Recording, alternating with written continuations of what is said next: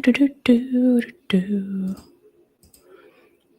do do do do do do do do do do.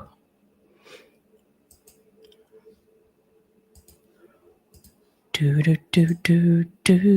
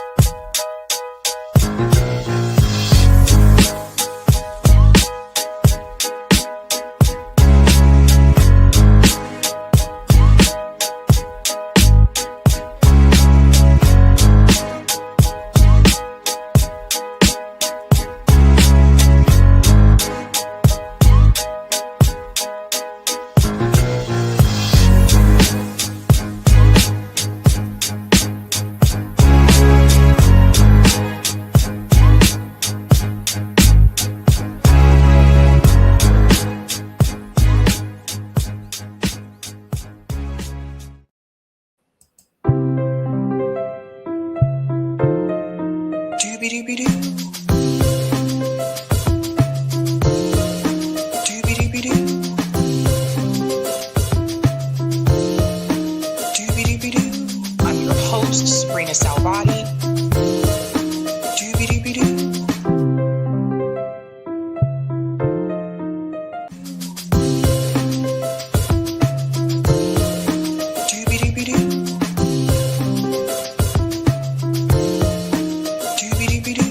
I'm your host, sabrinasalvati. I'm your host, sabrinasalvati.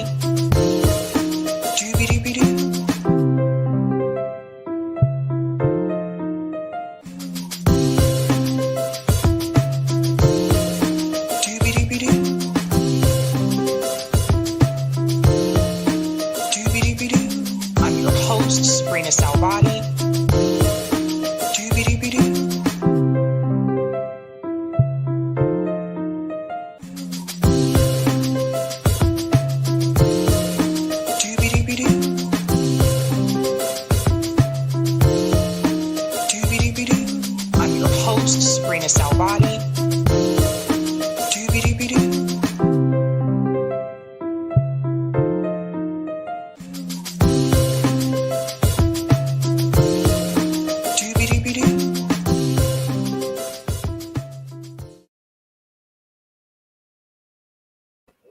All right. Happy Thursday, ladies and gentlemen. Welcome to Sabby Sabs podcast. I'm your host, Sabrina Salvati. If you're new, I want to let you know that Sabby Sabs podcast is a part of Revolutionary Blackout Network. You can catch me there on Thursdays for the Sabby and JB show, and you can catch me here on Tuesday, Thursday, Friday, and every other Sunday. Shout out to everyone watching on YouTube, Rockfin, Twitter, and Rumble. And welcome back, guys. Welcome back. It's getting close to the weekend.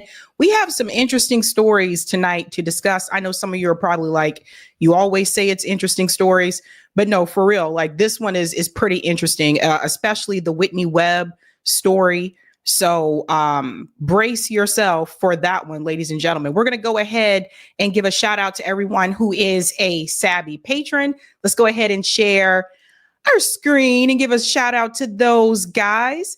Thank you to everyone who is a Sabby patron. Really do appreciate you guys and your support here. If you're interested in being a Sabby patron, I have 5 categories: ultimate, Sabinators. There's also Sabsters. They're pretty cool too. Don't forget about the Sabbies. We think they're pretty special, right? Yeah, everybody's pretty special. Everybody. And of course, we also have members. All of their names are listed here, and you can also see their names scrolling across the bottom of the screen there on the ticker. Thank you guys so much. Really do appreciate you, fam. Yeah. And we're going to go ahead and start out by giving shout outs in the chat. Brianna Joy Gray should be joining us shortly. So let's say hello to some peeps first. Hello. Shout out to Margotina, says, yay, Bree incoming. Shout out to Ali, says, I love Brianna Joy Gray, especially when she rolls her eyes.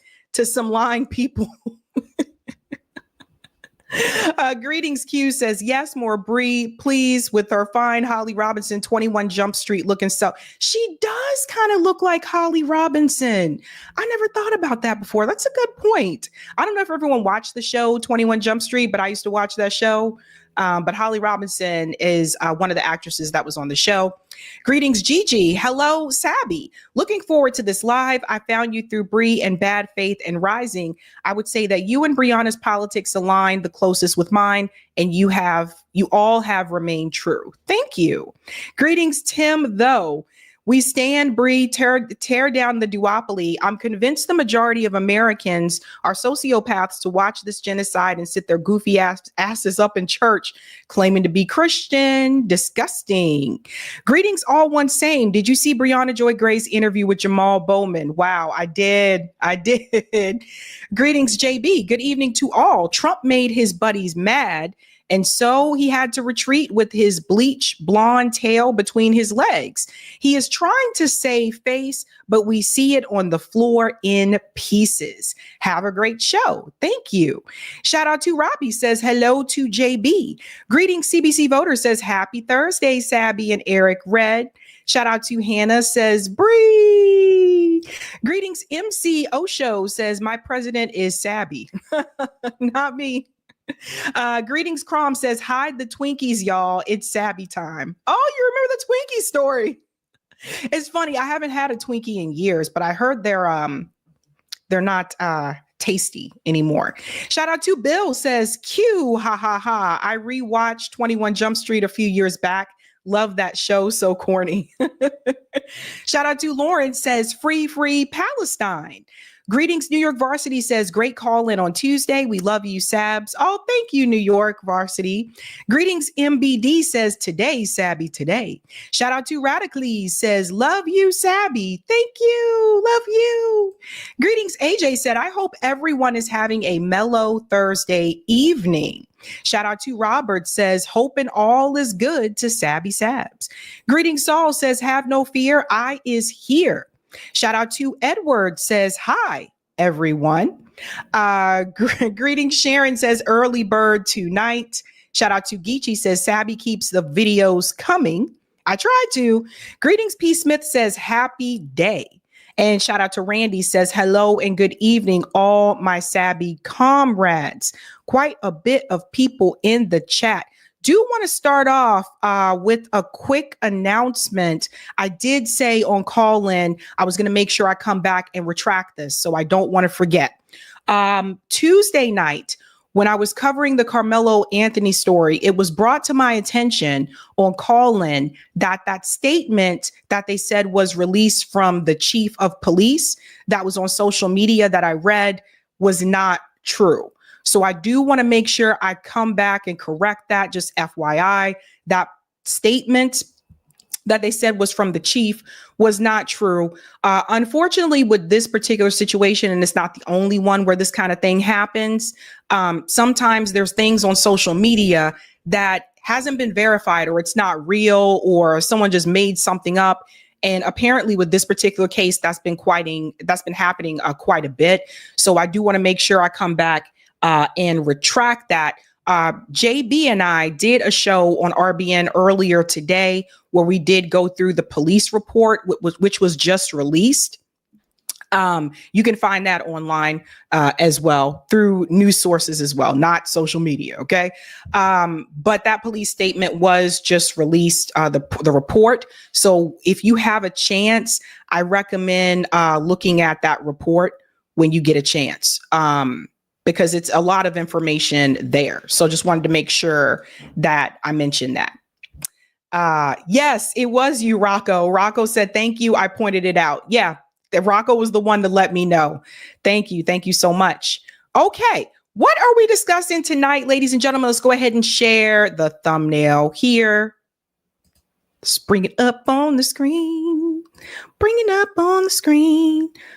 All right. Okay, ladies and gentlemen, tonight we are discussing Briahna Joy Gray should be joining us shortly. We're also going to discuss, this is probably, if there is one article that you read this week, maybe this weekend when you have some downtime or something. It is the Whitney Webb article. Whitney Webb dropped a bombshell piece about the connection between Diddy and Jeffrey Epstein. And I got to tell you, it's long, but it's worth it. I read it yesterday. Tonight, we're not going to read the entire article because, like I said, it is really long, but there are a couple of sections that I do want to highlight. And I think you guys are going to appreciate that. But this is just part one. So just FYI. So kudos to Whitney because she did the damn thing. We're also discussing, this is wild. Oh my God. Nick Fuentes versus Jason Whitlock. So Jason Whitlock is I knew him as a sports commentator, but he's also a political commentator for the Blaze or Blaze TV. He's a conservative. So is Nick Fuentes. But they are having a battle here, folks. Quite a bit of a battle. And we will get into that feud of a discussion. And we're also going to address, if you have not heard, Donald Trump pauses tariffs. So this is a big one. A lot of people are talking about this. I'm going to tell you what is happening with the stock market after he paused those tariffs. And then I'm also going to explain to you what has happened to the stock market as of this morning, because things are changing just like back and forth. Woo! So we'll get into all of that, folks. Thank you. Thank you so much. Quite a bit to discuss. The theme tonight is mask off, and you'll see that with these stories, especially with the Whitney Webb story in particular. So quite a bit to discuss. Let me just check in with Bree really quick to see if I need to I can go ahead to story. Hold on. Just check real quick.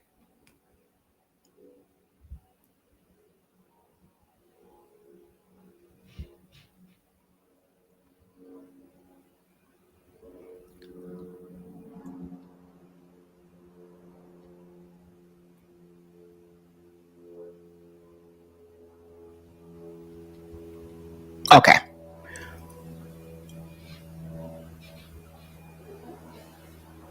Okay, cool. All right. So I think I'm going to go ahead and start with the tariff story while we wait on Bree.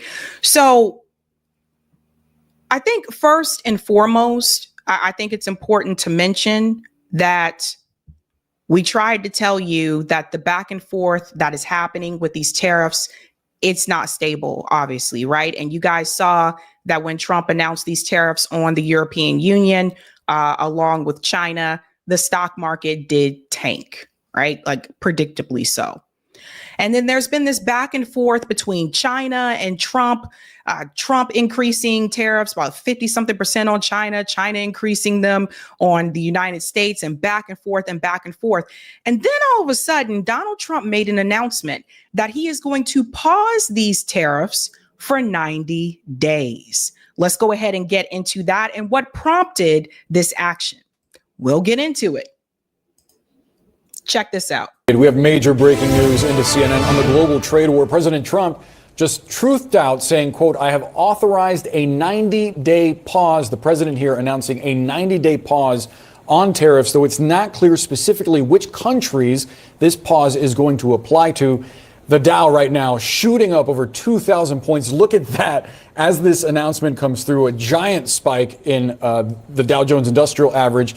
This is important as part of the messaging around this post. The president saying that this is based on the fact that more than 75 countries have called the U.S. and try to work out deals with the administration and not try to retaliate for his tariffs. Notably, though, the president is raising the tariff applied to China from the United States to 125% effective immediately. So this pause applies to other countries, not China. That's right. And So let's pause there for just a second. So just to be clear, the tariff pause applies to other countries, but not China. So China is the exception. But notice that spike here. The moment that the tariff pause was announced for 90 days, the stock market, notice how it just shoot up, right? Like it just shoot up very clearly here. Boom, just a strong increase right there. Let's continue. 90-day pause on new tariffs except for China, which again goes to 125%. And the markets obviously ebullient they are as they are hearing this news. Let's go to Jeff Zeleny. He is live for us at the White House. This is what they had been hoping for, the markets. They actually kind of imagined it the other day and had a little bit of a jump into positive territory. But this is the announcement from the president, Jeff. Well, BRIAHNA, that was certainly a test run, but certainly not an intended one to see the markets go up when there was a false report of a pause. But now we are hearing from the president for the first time during this escalating trade war, saying that he is putting a 90-day pause. And you can just see to the right of our screen there what the markets are doing with this. From a policy standpoint, it is a bit more murky. The White House has not filled in any details of this, but we are getting this from the president on social media, as you were reading there. And he is explaining it as adding more to the China tariff pot, which is really growing day by day here, adding another tariff to China, even as he is praising the countries who he said have not retaliated. And those, of course, are the countries who are lining up to have discussions with the Treasury Secretary, with the White House, with the administration on trying to renegotiate. So the president is saying, and let me just read it to you here. He said, the countries who have not, at my strong suggestion, retaliated in any way, shape, or form against the United States, I have authorized a 90-day pause and substantially lowered reciprocal tariff during this period of 10%, also effective immediately. So what this would seem to be, and again, we will have to fill in the blanks here, what this would seem to be taking all the countries back to that baseline 10%, if you will, which went into effect last Saturday for most countries. And then, of course, the reciprocal tariffs went into effect at midnight. So the president is putting a pause on those. Of course, this is adding to the policy uncertainty, but you can see what the market is doing. It's adding a bit of certainty to the market. So we're expected to see the president in the next hour here at the White House. We will see if he adds any meat on this bones here, but certainly a significant reaction from the White House. They've been reeling here, watching the financial markets really have a deep negative effect on this. The president has long said, at least during this period, he's not watched the markets. We know, of course, watching him for a long time, he does. And clearly, this is something that he's been hearing from Republicans on Capitol Hill, Republican donors, really people who are supportive of his policy, saying it's time for an exit ramp. So that's what it looks like this will be, at least for now, a 90-day pause on those. So I want you to pay attention to something that he said there that I think is important. Donald Trump didn't do this because he wanted to help the working class. He didn't do this because everyday average Americans were complaining about the tariffs. He did this because his billionaire friends and his donors complained about the tariffs. That's why he did it. So I just want to put that out there. It's not that he was looking out for you. He was looking out for the billionaires and his donors. Let's go on a little bit more. Reciprocal tariffs. Or BRIAHNA. Jeff, please stand by. We've just learned that the Treasury Secretary, Scott Bessent, will be speaking publicly soon. This also as we await to hear from President Trump. Markets, as you can see on your screen right now, are reacting very positively to this news. Let's bring in CNN's Matt Egan and Richard Quest. Richard, first to you, I wonder what you make of this announcement from the president, given the insistence from some. Okay, and I think Bree is here. Bree, whenever you're ready, just give me a thumbs up and I can bring you in. Okay, great. All right, guys, we'll come back to the tariffs. Sorry for anyone who may be entertained by the tariffs. We'll come back to that. All right, guys, my special guest tonight is BRIAHNA Joy Gray. Of course, you guys know her very well. She's the host of Bad Faith Podcast, and she's also Bernie Sanders' former press secretary. Let's go ahead and bring her in. Welcome back, Bree. Thanks for having me, Sabby. I'm so sorry for the delay. Oh, no worries. I know how it is. I know how it is. So, Bree, I was just recently at your old stomping ground. I was at Harvard Law School at Professor Hanson's class. I love to see it. It's so like trippy to see two worlds colliding like that. I'm so glad he invited you and like Max Alvarez as well. And Jordan Charrington, was that right? Yep. That's a great group. How was it? It was awesome. It was a conversation about corporatism and corporate media takeover. So we were discussing that and about our experiences with the media, and a great group of students. I thought it was a great conversation. But there was something that was said, and I have to ask you this because I didn't want to ask there. I didn't want to be embarrassed. But they said, "Oh yes," they said, "We love Bree. She's a Sixer," and I was like, "What is it?" Yeah, Section 6. So like I guess maybe all law schools do this. I don't actually know, but the class is divided up into 6 sections of about 80 people. And John Hanson always teaches for Section 6, the 1L required classes. So he teaches torts for Section 6. And there's several other people. Like, I don't know, Josie Duffy. She does like criminal justice reporting. She was in Section 6 a year behind me. Vanessa A.B., who used to write for Current Affairs and is around on the internet. She was also a Section 6er a year or two behind me. So there's been some notable Section 6ers, I think, precisely because Professor Hanson has been so influential on us. Oh, interesting. Oh, Bree, I think Wavy said check your mic. Oh, you don't think it's on? Or it's not being used in the settings? Okay. Yeah. Thanks, Wavy. Oh, that should be better. Yeah.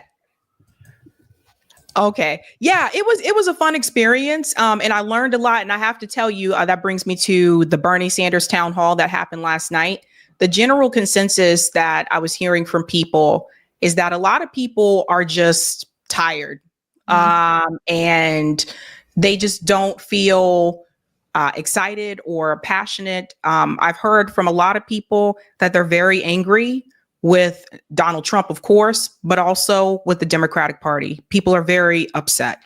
And this is just what I'm hearing across the board. They feel like the Democratic Party is not fighting for them. They feel like there are other things that they could have done to try to prevent some of the things that's happening under Donald Trump now with his policies. So just a lot of frustration and anger from people. But all in all, people feel hopeless. And I'm curious about your take about that, because Bernie Sanders had a town hall last night on CNN. And I watched it, and afterwards, I was just like, the mood is so different. How so? Because I saw some of the clips circulating online, but I confess I didn't watch the whole thing. How would you describe the mood now as compared to, I don't know, 2020 or 2016?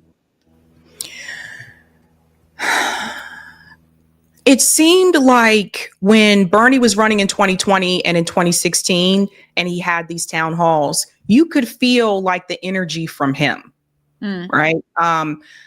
But this time around, it almost felt like he was in constant defense mode against Anderson Cooper, of course. I did see some of that in the clips. Yeah, it was interesting. You know, obviously the lib media was characterizing it as like, you know, Bernie attacks. You know, they were like that he was somehow being like inappropriate. It's funny. My read on it, just again based on the clips, was that Bernie was clearly trying to shoehorn in a critique of establishment media and establishment politics while he had the opportunity to be on CNN, to which Anderson Cooper kept being like, well, I am talking about these issues. I invited you here to talk about these issues, which obviously is beside the point, right? Anderson Cooper and the rest of them manufacture consent for establishment candidates. They relatively rarely extend the same invitation to Bernie Sanders than they do to the others, and certainly not for like-minded people or spokespersons for Bernie Sanders to come on and talk. So like, this is not me siding with Anderson Cooper, but there did seem to be a defensiveness. I think that's exactly the right word. And I don't know exactly what to attribute that to. A part of me felt like, is he finally like bad enough that he's finally like unable to kind of have the calm, cool grandpa Bernie who's just going to tell you the facts about Medicare for all stance? Is he feeling the pressure from people on our side of the left who are skeptical of the project of the oligarchy tour if it's unwilling to point out that neither party offers an escape from the oligarchy? And is that where the defensiveness is coming from? Does he feel exploited being trotted out by the Democratic Party as the only person with energy behind him to quote unquote resist Trump when he knows they're not sincerely invested in his agenda? I don't know. But I agree that there was something a little dark, a little dark about it. Like even he's at the end of his rope. That's what it felt like. I have a clip of that here. Shout out to Case Study QB for getting these clips. This is one where he's criticizing the duopoly and corporate money. All right. You tell them to go out and vote, and they go out and vote, and what happens? Over the last 52 years, the average American worker in inflation accounted for dollars is earning less than he or she did 52 years ago. And there's been a massive transfer of wealth during that period to the top 1%. Oh, go out and vote. Go out and vote for this candidate or that candidate. Really? Who cares? What does it matter? The rich get richer. I am struggling. Richest country in the world, 60% living paycheck to paycheck. Now, tied to that, and this is an issue that we have to talk about tonight, and I'd love people's feelings about it. And we don't talk about it in media, and we don't talk about it in Congress very much, is when you talk about people losing faith in the American political system, it's justified because you have a corrupt campaign finance system.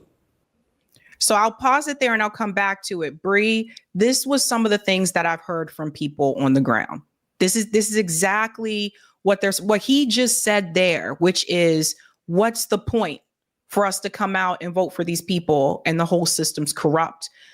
This was a side of Bernie that I think Jordan Sheridan said it best on Twitter. He said, I wish Bernie did this in 2020. Yeah. I wish he did this in 2016. Like Yeah. it's a different side. It's just like he's fed up or he's had enough or whatever. But this is what people are saying on the ground. Yeah. So then what? I really don't want to be this. I'm really not trying to be unfairly negative, and I am encouraged by the direction that the Bernie seems to be going in. But like, it took him like 40 years and like a Donald Trump second term to get to this level of agita. Like, I'm glad, but like, what does it mean next? Is he finally going to get to a point? The thing that's so frustrating about Bernie is like, he's like right up on the line, and he's always right up on the line. But at least in 2020, which is the campaign that I was privy to, it was clear that he thought that he could do it the traditional way. He thought that he didn't have to burn every bridge. He was unsteady in his commitment to being a genuine antagonist toward the duopoly, which is exactly where all the energy is coming from, right? But there was this like unwillingness at the end to really go for Biden and his obvious senility, or to, you know, he put out that first negative ad of his career, which was the hit on Biden on Social Security, and then basically walked it back. He killed the Zephyr Teachout article on how Biden is corrupt, and through David Sirota, who if I recall correctly, had consulted and like supported that article, under the bus with him, and refused all of David Sirota's speech writing notes about how he needed to be more adversarial and to keep on that, like, the corporations are bad talking points.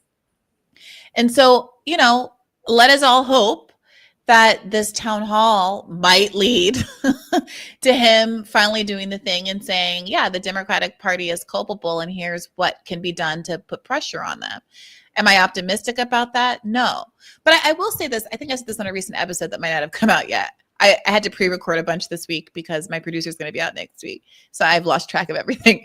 But I said to somebody that even if you believed in the Democratic Party and wanted it to move to the left, which I think is an impossibility, but never mind that. Even if you want Democrats to win, you think you want to push them left, like that is your goal, the way that you do that is by presenting a genuine threat.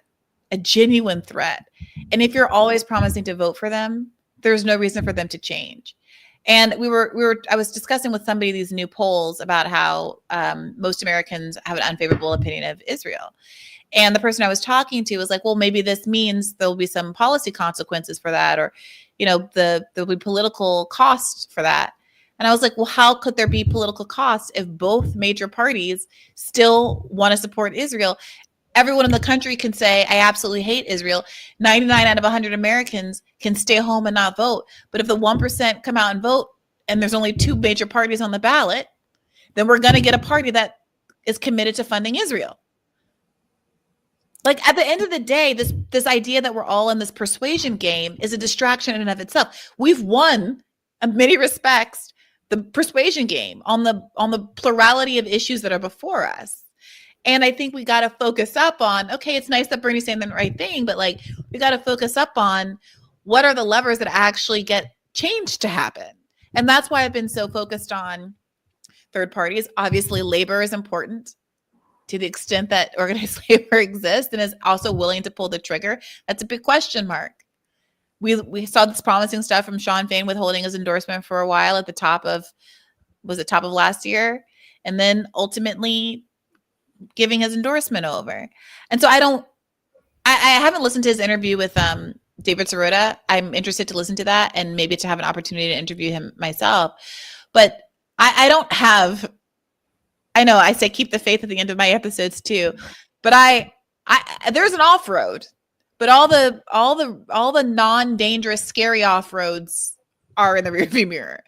The off-ramps before us are messy. Yeah. It's a good point. Another thing that people were saying is that with the Bernie and AOC rally, which you mentioned, people said this to me. They're like, what are they asking us to do? Yeah. You see, it's just, I think people are just like, what are you asking us to do in this moment? Like, what? But let them finish this clip here. So you get one vote and you get one vote, and Elon Musk can spend $270 million to help elect Donald Trump to become president. And then his reward is he becomes the most powerful person in government. And it's not just Republicans. You got Democratic billionaires heavily influencing what goes on in the Democratic Party. As I mentioned earlier, I feel very strongly that the United States government should not give another nickel to the Netanyahu extremist government that has killed 50,000 people in Gaza, wounded over 110,000 people. All right, that's my view. You may disagree with me. But you got AIPAC telling any Democrat who stands up to Netanyahu, guess what? We're going to primary you. We're going to spend millions of dollars to defeat you. So does it sound like we're living in a democracy when Musk can intimidate any Republican? You stand up to me, we're going to primary you. We're going to defeat you. We got a corrupt campaign finance system influencing both political parties. So the average American says, yeah, I got one vote. And Musk can spend hundreds of millions of dollars. Is that a democracy? Why should I vote? And then Trump comes along and says, the whole system is broken. And I'm gonna annihilate the whole system. Well, the system is broken. Our healthcare system is broken. No question about it. Our childcare system is broken. Our housing system is broken. Our campaign finance system is broken. Both political parties are dominated by big money interests. So people have a right to be angry. But our answer is to improve the situation, to create a vibrant democracy, to get big money out of the political process is an enormously important thing. So he mentions getting big money out of the political process altogether. And I think a lot of people would agree with that. But again, people are like, okay, tell us how to do that. How do we do that? Like, there's no. Yeah. Sorry. I saw the looks on the faces, the people's faces in the audience last night too. It was, I don't know. Like, I think people need direction at this point. This is what I'm hearing from people. I think that there are people who do want to fight back, but they're like, look, we protested for over a year. Yeah. We've written and called our Congress members. What are you asking us to do? Imagine if Bernie had said, don't vote for candidates that take corporate money. What if Bernie had said, there's one takeaway that you should have from this, and that you should never, until the day you're put in the ground or scattered wherever, vote for a candidate that takes corporate money. And if you're worried about unilaterally disarming or whatever the hell Democrats always say is the excuse to why they have to be just as corrupt as the next party over, point out that you raised more from small dollar donors in 2020 than everybody else in the field, and that your policy commitments were reflective of who you owed, which is the everyday voter and not these corporations. What if you said something like the Democratic Party is equally culpable and you should not vote for them until that changes? What if you pointed out that Barack Obama and John McCain both had anti-reform money in politics campaigns. They were in agreement on it. It was like this weird point of agreement. And then once we got into the general election and it became clear that Barack Obama was fundraising more than any other president in the history of the presidency, and it really unlocked all of this new like online social media, technology, and like leveraging Twitter for the first time, and Facebook and all the stuff that hadn't existed in previous years.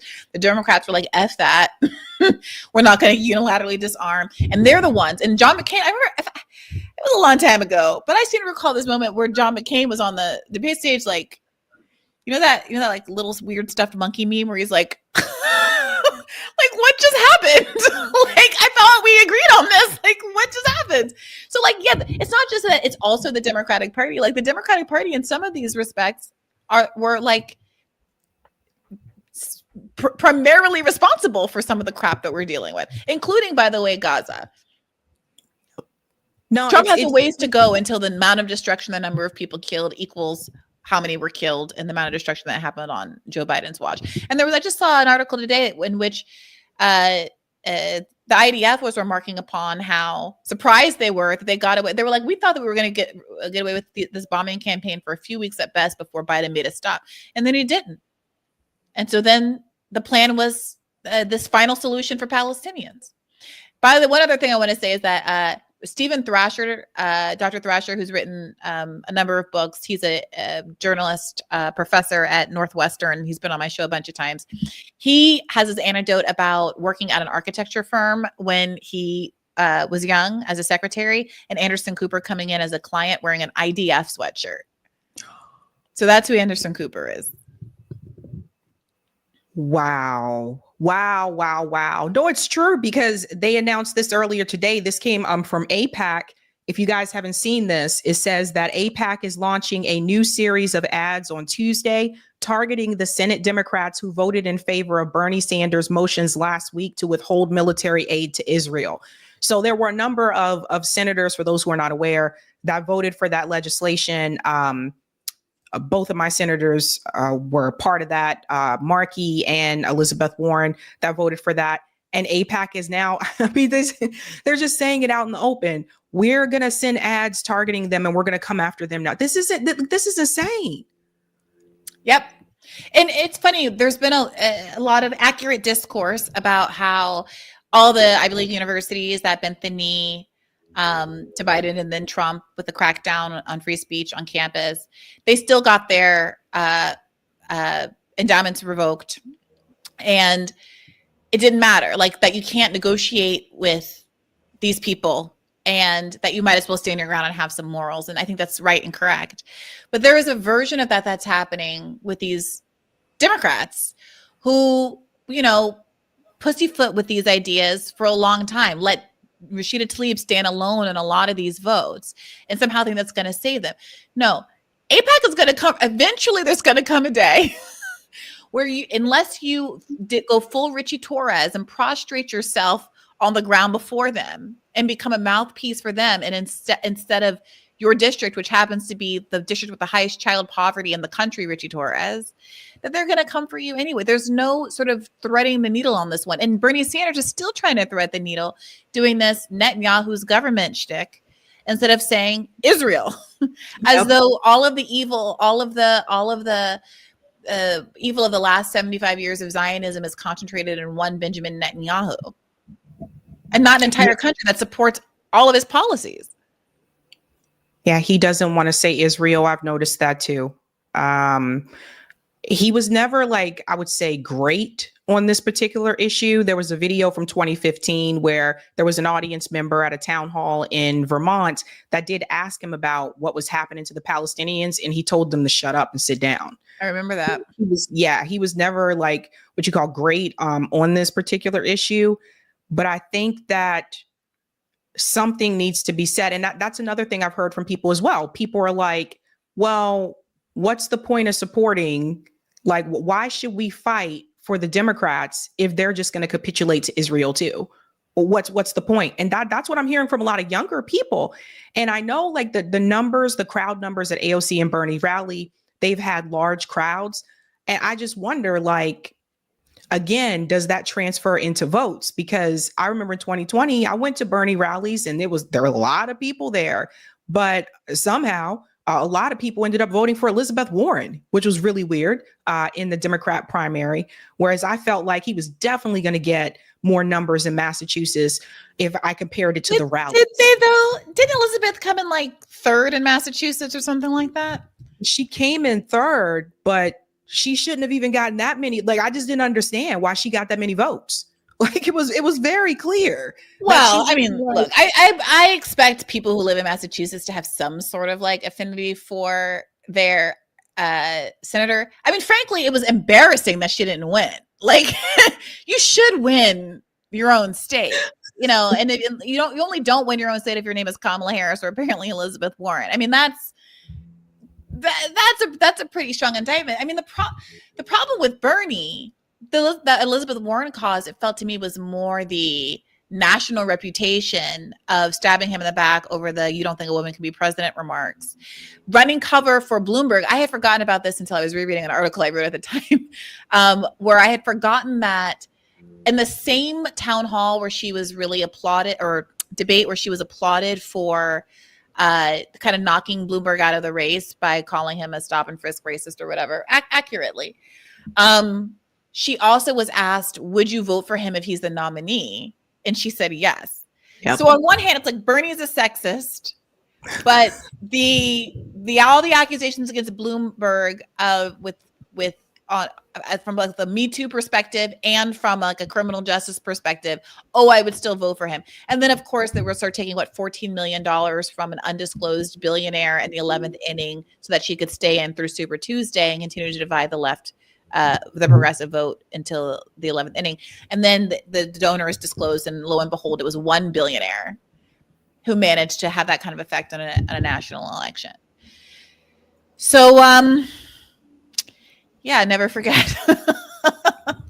Yeah, it's interesting. And another thing that the Oracle brought up here, which is a good point, you can't do it without some leadership. How powerful would it have been for Bernie to give a nod to workers' strike back? So that's another thing. You basically have two separate movements happening that are both saying fight against the oligarchy. And to me, I just don't understand this. Like, why is this a separate thing? He doesn't care. He doesn't care about work. He doesn't care. Like, what's so funny is, like, again, even if he was committed to Democrats and just wanted to make them scared and push them, you could just throw out, imagine how pissed they would be. You could just throw out, if the Democratic Party doesn't get it together, people are going to start taking third-party alternatives more seriously. My campaign platform that was so popular that it basically captured 30% of the Democratic electorate is identical to the Green Party's platform. I took a lot of my inspiration from there. So who knows? Maybe people will start paying more attention to the Green Party and invest in building third-party alternatives, like with the Green Party. Like, imagine if he just said that. Just not even an endorsement, just stating the obvious, that if you liked Bernie, then that's the party that exists with that same platform. He won't there's alternatives, or build a new party. I don't care. But you know what I mean? Yeah. I just can't imagine how many of those people that are at those rallies are people who did vote. that's my thing. I'm like, these are probably people who did vote. Yeah, I mean, people who didn't. I mean, I've seen the discourse also around, like, is it the same Bernie crowd or is it like an older crowd? I can't speak to that. I've not been to any of them, but I did go to the Hands Off rally in DC. And it felt, and I wasn't the only person. I was there with someone from, the boomer generation who also felt like it was boomers and like libs. And I swear to God, at one point, a part of the crowd started just reciting "We the People." It was like that was the vibe. And so I do think those are people who already voted and probably did not vote for Bernie Sanders, and who are in a resistance mindset, and it's very much Trump focused, but I'm glad they're there. This isn't criticizing them, but that needs to be mobilized in a different direction. Like, I think those people sincerely want there to be change, but they have to be told that change isn't going to come from mixing and mingling with the tourists watching the Cherry Blossom Festival, which is happening at the same time, while milling about the Washington Monument.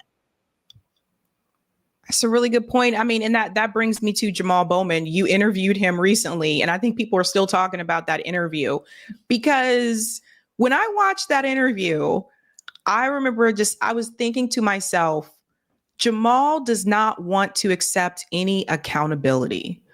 He came across to me as pretty defensive, which I understand. You're going to try to defend your position or how you performed as a Congress member.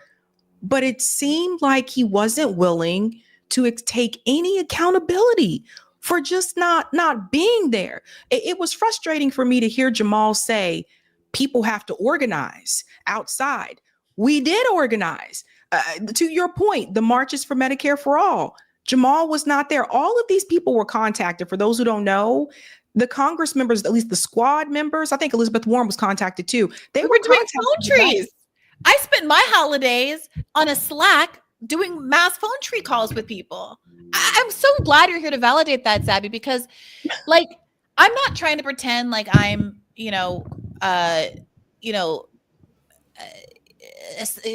Martin Luther King here. Like I'm not saying that I led a civil rights movement, and I didn't even put together the phone tree, but there were people who were working very, very hard to have an organized effort to touch as many Congress members as they could to make sure that they knew this didn't start out as some antagonistic, we're going to tear people down on the internet thing.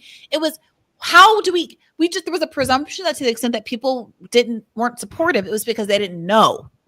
And there was this effort to reach out to people's offices and just get them on the phone. Can we talk to someone? Can we explain it to you? Do you know about this movement that's happening? And to pretend as though the issue was all this antagonism that came down the line, when you weren't willing to engage with us in the first instance, this started back before Thanksgiving, and the vote was in January. There was ample time to answer a phone. One call. You don't like me? Fine. Talk to Cornel West. You don't like Jimmy? Fine. Talk to Crystal Ball. You don't like any of those people? Fine. Talk to Chris Hedges. But let us not forget that, yes, Jimmy Dore, with the biggest platform, hosted this like 2 or 3 hour live stream where people who had suffered losses as a consequence of our healthcare system came on and told very intimate stories about their lives, including Jimmy Dore, who had his own healthcare issues, and we had like 100,000 people watching, implored the Congress members to pay attention and to cotton on to this idea. And so, yeah, I was similarly frustrated, but I wasn't necessarily surprised. I am grateful to him that he submitted to the interview, which most people will not and have not. He and Ro Khanna are sort of exceptions to this rule. And I think that these moments are necessary, not because my goal is to make any of these people look bad. I would have loved if he had come on the podcast and said, in retrospect, I understand the strategic value of that moment and how unreplicable it was. And it was a missed opportunity.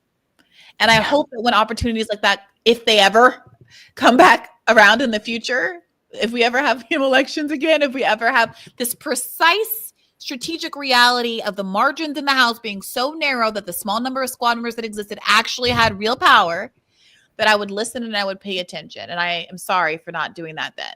Then to me, all is forgiven. I'm not a grudge holder. I'm like, great. I'm glad we can have this relationship going forward. Let's talk about how you should be talking about third parties now. Like now we're on to the next. But as you heard, it wasn't that. But it was interesting to hear him tell you that he would be interested in having a conversation with Jill and Butch Ware. Yes, I immediately put them on an email thread together. I don't know if anything came of it. But I immediately put them on a text, I can't remember now, text or email thread together. So hopefully something did come of it. Yeah, it's really interesting. Like for people who don't know, there were marches for Medicare for All in this country a couple years ago in over 50 cities. And the only squad member who came was Cori Bush, and she went to the DC march. And it's just like, it's things like that. Like when they say you have to organize, it's really frustrating because there have been multiple opportunities where we did organize. Don't forget, people protested for Gaza for over a year. People are still protesting for Gaza right now. I mean, there have been multiple opportunities. But to me, it just felt like Jamal I feel like he felt personally attacked. and he just didn't want to have any accountability.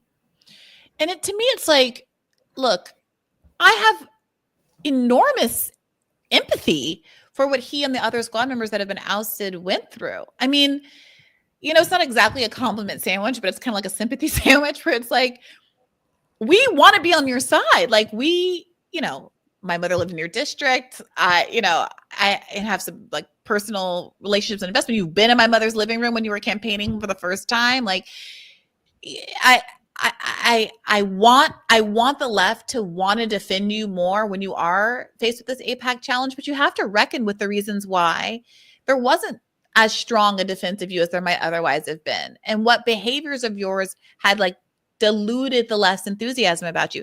And even all of that being said, we did think it was a bummer when you were ousted. So why are you seemingly more frustrated with us, who basically our only complaint with you is that we said, I told you so. Not that we disagree with you. We stand with you on Palestine and stuff. We just think you should have been more clear-eyed about how this was going to go down, and not more angry at the Democratic Party, it seems, that actually conspired to oust you. Right. Like, why am I've never seen him be that agitated with anybody else in any other interview. And I'm the one? I'm so nice. I'm the one that attracts that level of agitation. I don't understand. I do understand it. I do understand it because when people who you feel like are ideological bedfellows criticize you, it hurts more. That's why. And I can appreciate that. But let me tell you, I've said this before, but there are a lot of people to my left who are mostly to my left just because they're better read than I am and have the terms to describe their politics in a way that is accurate and more radical sounding than what I might use just because I haven't read enough books. Okay. And when I encounter someone like that, I'm like, ooh, tell me more, teach me. Like, I want to access this, whatever it is that you're describing, because it sounds appealing to me and might help me understand my relationship to the world better.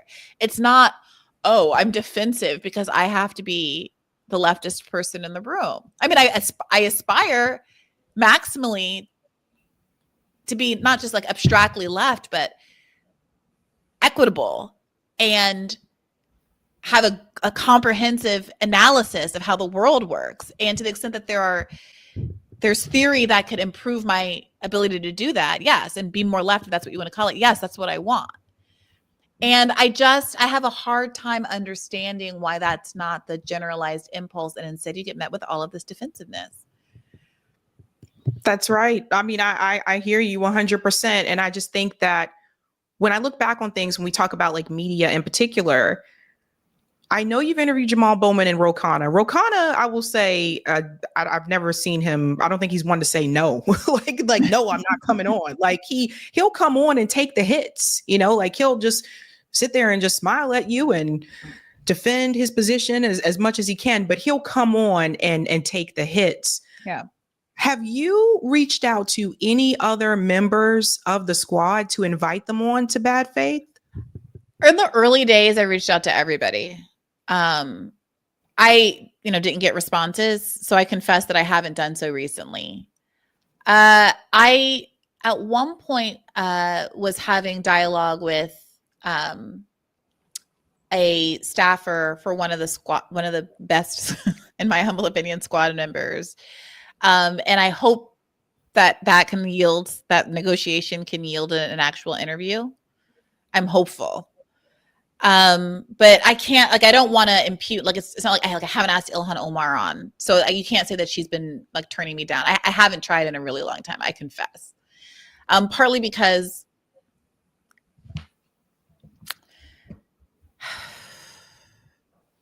we kind of, I don't know, unless there's a specific issue, we kind of know how these things, we know how it goes. We know how it goes. And some of them, like Ilhan and Rashida, feel so embattled to me sometimes. I don't necessarily want to, you know how it's going to go. I don't know. I'm going to give that some thought. Do you think that I should? Do you think it will be useful? Because Jamal being out of office, it's like, I Yeah, think go they ahead. should face the music. I recently did see AOC make some appearances on independent media, and I think Whereabouts? she was on Majority Report. Mhm. She was on David Sirota's show, I think, last year. Oh, I did or- see that a while ago. Yeah. Because It- they're not it going to ask. I mean, all due respect to all parties involved, they're not going to. They're not going to ask her about something she's doing wrong. They're only going to ask her about things Republicans are doing wrong, or maybe centrist Dems are doing wrong. They're not going to ask her, why did you endorse Joe Biden a year before the election, like before the primary? Why did you not even consider endorsing any primary candidates? Why were you so dismissive? Why did you spend the last week before the campaign attacking Jill Stein, of all people, when there's a genocide afoot that is being litigated by the person you want us all to vote for? Like, they're not going to ask her those kind of things. AOC, I would love to talk to, obviously. But, you know, am I optimistic that she would submit herself to those questions? No. That's interesting. You wrote an article recently. We talked about this about a week or two ago. There was a Black media panel I had on the show with other Black podcasters.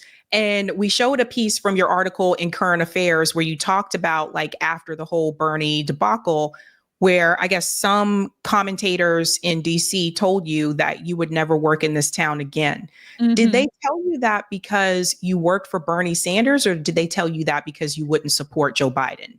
It's the latter. And that's important. I have friends from the campaign who've gone on to work for various, Democrats and, the DNC and things like that, kind of Democratic aligned parties. And that's okay. Right. The outrage came when I immediately, on the heels of Bernie's endorsement, said, as respectfully as I could, that's good for you, but that's not for me. Like, I thought we were fighting for certain things. I thought this campaign was about these issues, none of which Joe Biden supports, some of which Joe Biden has actively said he would veto, even if it passed Congress, Medicare for all. So this is the point of leverage. Like, Bernie's endorsement came like 5 days or something after he had dropped out of the race. It was just, I didn't understand it strategically. And so the volley of ire came my way when I simply tweeted I wasn't going to be unconditionally endorsing Joe Biden. That I think our obligation is to try to make him a candidate that's aligned with where most Americans are if you want him to be electable. Remember, this is in the middle of George Floyd. This is in the middle of a pandemic. Keandre Yamada Taylor wrote that great article about how, like, reality endorsed Bernie Sanders. The world required the kind of policies because of the crisis it was in that Bernie Sanders advocated for. Like, to me, there's an electability argument to not endorse Joe Biden, to again push him left to the extent that that's your goal. And it was like Tiffany Cross, who at the time was an MSNBC correspondent and later MSNBC host. Remember, people I don't even hear about anymore, like Zerlina Maxwell, all of those people, Simone Sanders, my predecessor, all of them had something to say, either explicitly or passive aggressively, about that choice, because that's the line. That's the line you don't cross, is telling people not to vote for Democrats. So it's not necessarily about, because one of the things that I've talked about on the show before is, like, as much as you hear, like, commentators say, well, it's about, like, being pro-Black and supporting the Black community. From what I see, it's not really about that. It's about being pro-Democrat. Correct. I mean, last I checked, I was pretty Black. And that's part of why all of that, like, trust Black women stuff always rubbed me the wrong way. It's going back to 2015, 2016, because it was always the case that was just a way to cajole guilty whites, frankly, into falling in line with the mainstream Democratic opinion. I remember being at my law firm. I had gone to a small, like, what they call a boutique law firm that only had about 12 attorneys at this time. I was the only non-white attorney, much less Black attorney. There were 3 men named David, but only one me. And I remember one of the Davids, who I liked actually, but coming into my office all the time, trying to explain to me that Black people picked Hillary, and that's why I should support Hillary. And I was like, David, there's one Black person in the room, and she did not pick Hillary. I don't know why you think that information. What leverage Why do you think an abstracted Black opinion matters more than the one that's coming from my own skull? Like, it was so insane. You know, this was the time. I can't believe this feels like history now.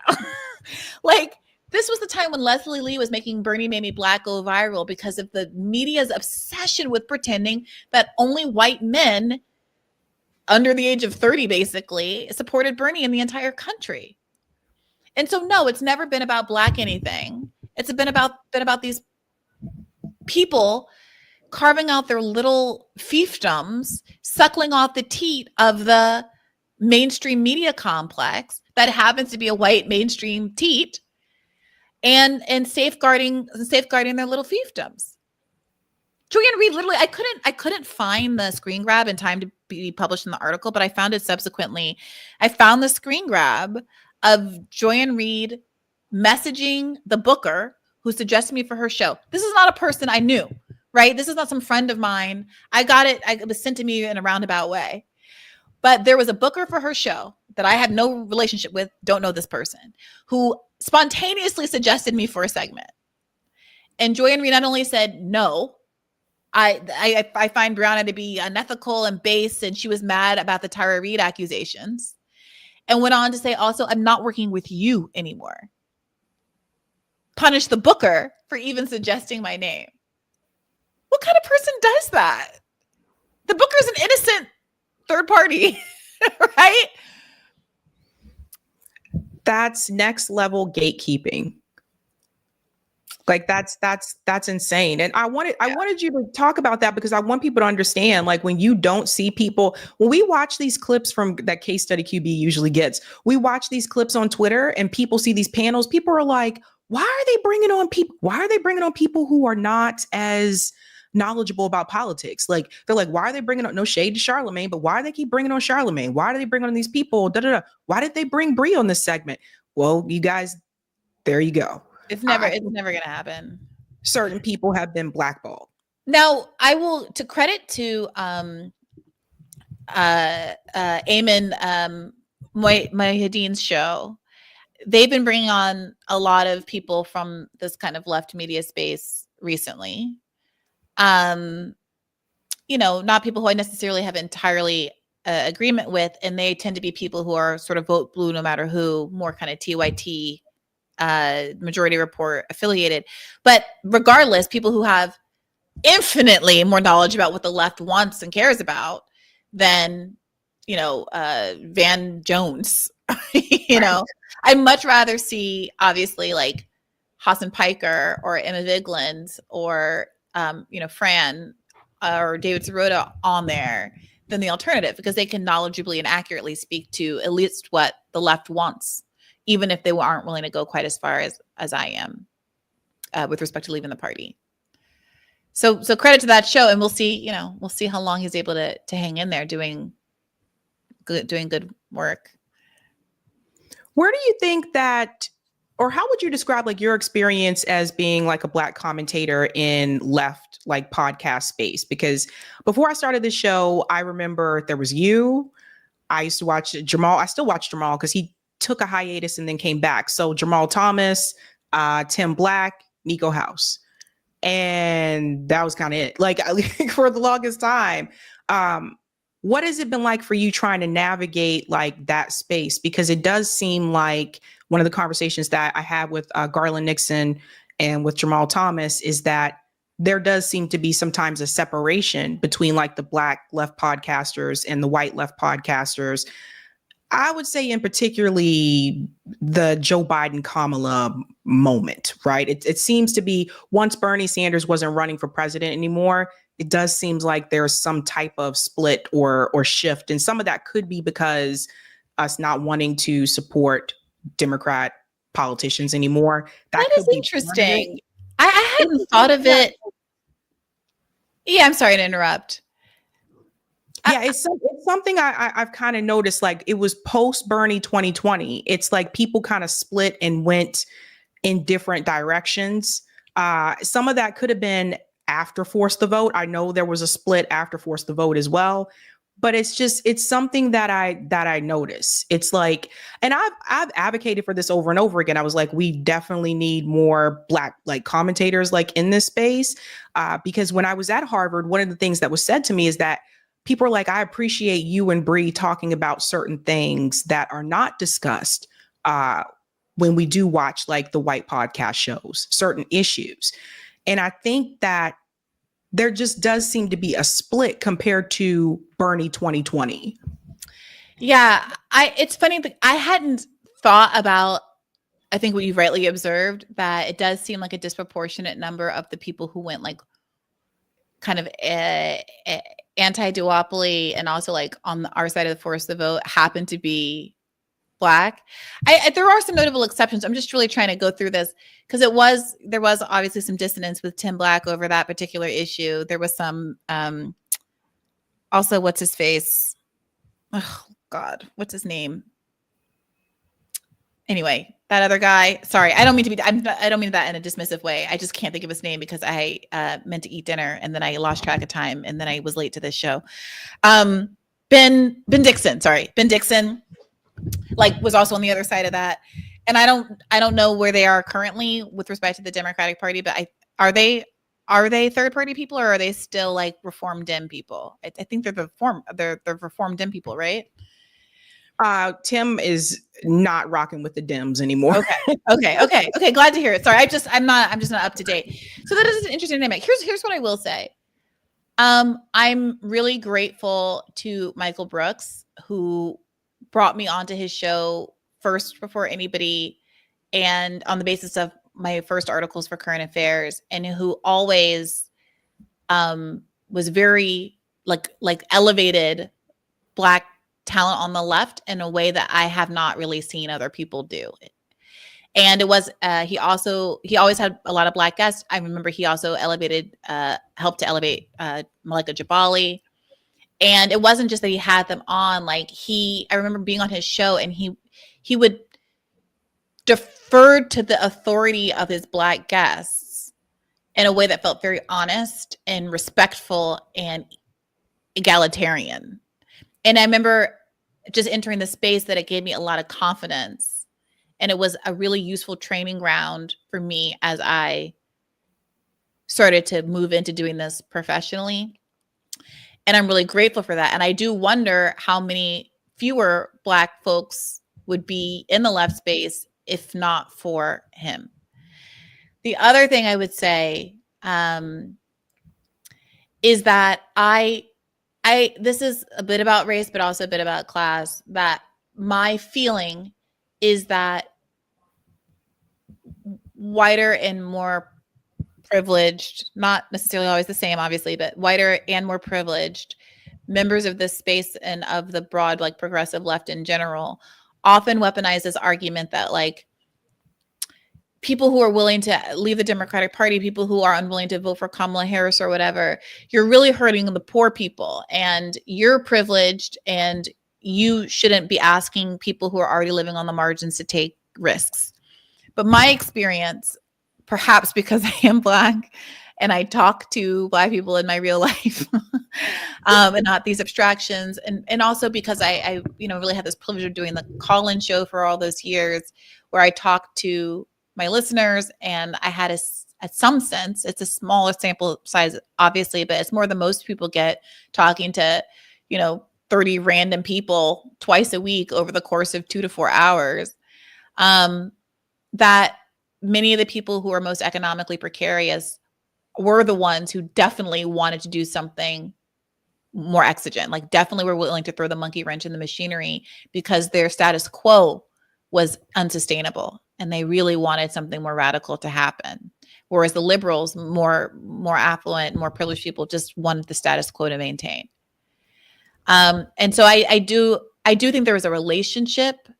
Again, partly race, partly class. And I said the race piece because, remember back in the day when I ended up getting into it with Noam Chomsky, part of my frustration was, like, even if we tabled the idea that Trump is a unique evil and everyone should vote for him in 2020, that's when this debate was happening.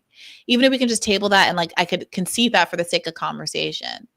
what do you say to Black people and other folks who have been marginalized under the status quo, who have been told every year since we were allowed voting rights that we had to sort of suck it up so that we didn't backslide, even though we have never been able to have full access to the American dream. And there was never any reparative policy to fix all the ways that we were cut out of the system that ensured so many white people were able to access the middle class. At what point are you willing to say that we get our needs met? Because every year it is in fact true that there are new bad things that happen. When Democrats say things like, okay, but now you have to vote for trans rights because they're under the chopping block, or immigrants because they're on the chopping block. It's not wrong. Like, there are always new people on the chopping block. But what you're basically conceding is that it's a zero-sum game, and everyone who was on the chopping block last year just has to suck it up because there's new bad people that the Republicans are going to hurt. There's new people that the bad Republicans are going to hurt because you've allowed them to, because you've ratcheted to the right. And at no point have you said, okay, we're actually not moving forward until this party represents the interests of everybody on the chopping block from time immemorial, and not pitting you guys against each other and telling the old ones that they're just grandfathered in and have to deal with it. Because, oh my God, things get so much worse. At a certain point, things are really, really bad. And people are willing to roll the dice, rightly or wrongly. They're willing to roll the dice. And I think my life and experience and my family's experience as Black Americans in this country informs my unwillingness to be satisfied by a Democratic Party neoliberal status quo. I hear that. That's very well said. One more thing for you, Bree. We're talking about a path forward. My producer came up with this 11 demands for real democracy, and I want to get your take on this. 11 demands: fix big money in politics and government, healthcare for all, a minimum standard of living wage for everyone, end the wars, respond to the climate emergency, racial and criminal justice reform, which, for those wondering, does include reparations for ADOS, reject censorship, immigration reform, an election system we can trust, revamp taxation and funding, and 11 is democratize the enterprise. One of the things I think that Eric has been pushing and has an interesting concept about is 11 demands. He said that he feels like part of the reason why we haven't had wins on the left is because we don't have real demands. Mm-hmm. And I'm curious to get your opinion about this. If there was a movement around 11 demands, and it doesn't even have to be, actually probably prefer us not attached to a politician, but just a movement around those demands, do you think that would be something that would incite people? I would say a lot of people that stayed home last year.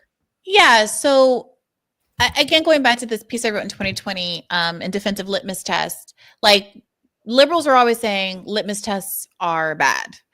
And they accuse you of like doing one true Scotsman and like you'll never be satisfied. And leftists are always trying to kick each other out of the club. And there's like some truth to that, obviously, kind of as a cultural measure.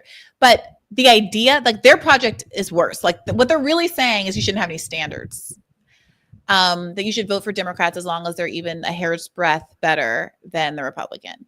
And so to the extent that like a list like this is effectively a litmus test, like the bare minimum that you have to support before I get behind you, I agree that that's a very good idea. Now, I, might have different thoughts about how long the list should be. I think there's something really instructive about Zohran Mamdani having such a short list that is defining his campaign. Like the free buses. I mean, it's just like very pithy, and he gets people to do it in a call and response, and maybe 11 is a little too long. I think there was something to Bernie getting so associated with Medicare for all, which is truly like a 1-point list. I think there's really something to how corruption resonates. I mean, the answer Bernie gave there that we listened to was in response to a question that was like, do you think that the term oligarchy is that a sufficient catch-all? Is that like a broad enough target given all that's going on in the world? And then Bernie's answer was like, yes, this is how all of these things relate back to oligarchy. All of this corruption from Elon Musk on down is all about billionaires and money in politics. It all comes back to the same thing. And so I really like the idea of kind of moving a single idea like that has so many spokes on the wheel, right? Why don't we have free healthcare? The capture of the pharmaceutical and healthcare industries, oligarchy. Why do we have endless wars? I just did I recorded an episode today with the former State Department employee, Dr. Sheline, who quit this time last year under Biden because the State Department wasn't following its own laws about not sending money to countries that had violated humanitarian standards, right? Israel. Why do we have these endless wars? Well, look at how much money these defense contractors give. Oligarchy. Elon Musk is a defense contractor. Oligarchy. Like these polluters. Oligarchy. Like corporate capture. They write the laws. They're revoking the EPA. They can kill tens of thousands of people, with hundreds of thousands of people with air pollution every year with impunity. But we're focused on somebody shopping from Walgreens. Wage theft. Oligarchy. It actually is a banger. Like oligarchy is a banger. Like the branding is not my problem with what Bernie's doing right now. Like I really think there's a lot to that, and even better, like just corruption. I like the term oligarchy. I'm not like one of these. I'm not like Joyanne Reid or whatever. It wasn't Joyanne Reid. It was Jason Johnson trying to pick a fight with Nina Turner over the term oligarchy. But like at bottom, it's corruption. And Trump knows that. Like he just rode the corruption train to the White House. Yep. But the job would be corruption, and then here's the universe of problems that we're gonna how we're gonna get rid of it, and money and politics is at the core of it. But like to be very, very clear, I'm not saying this to be pessimistic, and I hope I'm wrong. But like the position should be basically, I know the Democratic Party is not going to get rid of money in politics, and therefore that's why we're starting a different party, or that's why we're joining a different party. And maybe if you get scared enough, they'll start to change. But like the threat can't just be empty. It can't just be demand. Like this is what I want to say. I'm so sorry. People say the left doesn't have demands. I think that's malarkey. I think the left makes demands, and then the mainstream media says these demands are unreasonable. And it's like Hillary Clinton saying Medicare for all is like wanting a pony.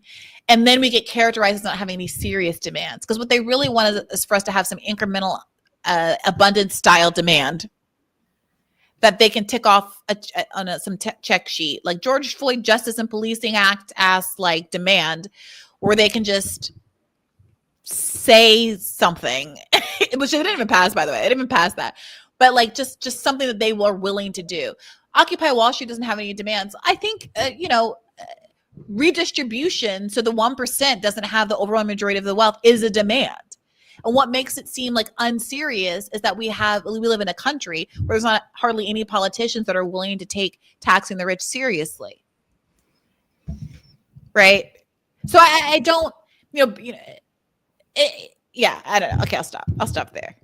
No, it's just, I think we would have a lot more for workers in this country if we didn't have corporate money in electoral politics. I really do. I think it's insane that this country doesn't have universal health care. It doesn't make any sense when you compare it to other countries that do have it. Money and corruption in politics, big pharma controlling those politicians, AIPAC controlling politicians. It's just ridiculous. And one thing I try to get across to a lot of people is think about it this way. Everyone in Israel has healthcare and free college. Did you see this thing where, I'm sorry if this is like a half-formed thought, I just saw it on Twitter, but Trump is apparently paying everybody in Greenland $10,000 so they are like kosher with us owning Greenland or something, like to replace the social safety net basically that they would lose by coming to be a part of America instead of Denmark. I didn't see that, but it doesn't surprise me. That's crazy. Yeah. So like Israel, you get some money. I mean, like I want for the people of Greenland to have all of their social services, but they should have it by continuing to be part of Denmark. And also, can I be a part of Denmark? I was there last summer. Let me tell you, I was like, why are there so many young male nannies running around with these little blonde kids in the middle of the day? And then I was like, oh, these are the fathers. They can just have kids young and they incentivize it and people like it. And also they're running around in the middle of the day because they all got paternity leave. Yep. And they're all just hanging out. And their little bicycles with a little wooden compartment with the kids in front going to playgrounds and enjoying the sunshine at like age 26. And it's becoming more common too for Americans to move to other countries. Like the expat thing is real. I'm not kidding you guys. Like there's a number of YouTube channels that you can follow about this. Younger people and older people, especially those that are in retirement, that have moved to places like Mexico, Costa Rica is another one people are moving to, like places where the cost of living is cheaper. Like our money goes a lot further in Mexico. Nico moved to Brazil. Nico said like what you pay for rent here in the United States is like, he said, you go to Brazil, you can live like a king. Like, I mean, more people I think are willing to move abroad, but we shouldn't have to. Like, that's the thing. Like, we shouldn't have to. And of course, that sets up the possibility for all kinds of exploitative dynamics. I saw some article about one of these West African countries is letting Black Americans come. And some, not all of the Black Americans are behaving not the best. It's giving colonial. It's giving Liberia. It's like, be cool, be cool, be cool. But look, my parents moved us abroad when I was 8 years old, in part because, I mean, my mom felt very pessimistic in the same way that we did when Biden was elected, when Clinton was elected, and felt like, oh Lord, we're going to do this whole conservative neoliberal turn. And we were gone out of the country for the entire 8 years of Clinton. And it was, you know, they were young parents, and you know, my mother was in grad school. My dad was a research chemist. They became teachers in the international school circuit because, yeah, we got to go to international schools for free, and they earned a better teacher salary abroad than they did at home, and the cost of living was better. And so, yeah, it is a kind of a hack, but people shouldn't have to separate from their families. Local populations over the world shouldn't have to compete with the US dollar. Like, it shouldn't have to be like that. And it certainly shouldn't be the zero-sum game. Which is why I encourage people. I did an episode with economist Fidel Kaboub, who I love talking to today, because he has such a clear-eyed universalist version of like how our global economic system should work in a way that is not the zero-sum kind of China hawking that we hear from a lot of people. And he has such confidence in the potential, rightly so, of the global South. And he really, I think sometimes it's hard to fight for something when it's hard, when you can't really imagine it. No one's really laid out the vision for you. And he does that really, really beautifully. And that's what we should be aspiring to. Yeah. And I tell everyone, if you ever get the opportunity to live abroad, take the opportunity. You can always come back home, but definitely take the opportunity and see how like other people live. I mean, it's just, I don't know. I think sometimes it's good to experience something else. And you'll see it. That's why I never understood why we didn't have universal healthcare here, because like we lived in Germany, everybody had healthcare. So to me, it was weird. Like, how do we not have that? But take that opportunity if you get it, guys. Bree, thank you so much. Thank you for having me. And I really do apologize again for my tardiness. I don't want to waste your time or any of your audience's time, but I'm glad I was able to make it. Thank you. All right. Take care. Bye. All right, guys, that was Briahna Joy Gray. I'm going to go to some of the comments and then we'll get back to the news stories, folks. So let me go ahead and read the super chats. Thank you, John. I wish I could see Bree do more appearances. Really missing her daily on Rising, which I no longer watch. I tried to watch it not too long ago. I was like, oh boy. Thank you, Daryl Johnson, for becoming a member. Give Daryl a big whoop whoop. Thank you, Q. Didn't expect the shout out. Love the show. Been a fan for about a year. Thanks. Hey, I see you got the Avengers picture. What's up? Miss Ritchie says everyone will join BRICS. Thank you, AS. Make the stock market great again, they say. Shout out to Notori Aiko. I don't know if this is the same Notori. Maybe this is another Notori. But shout out to Notori for becoming a member. Thank you. Thank you, Roger. You two look adorable. Thanks, Roger. Skylar says, man, props to Case Study QB for always coming with these clips. It takes a lot of work and time to source so many shows and interviews and to clip the relevant bits. I know. I don't know how Case does it.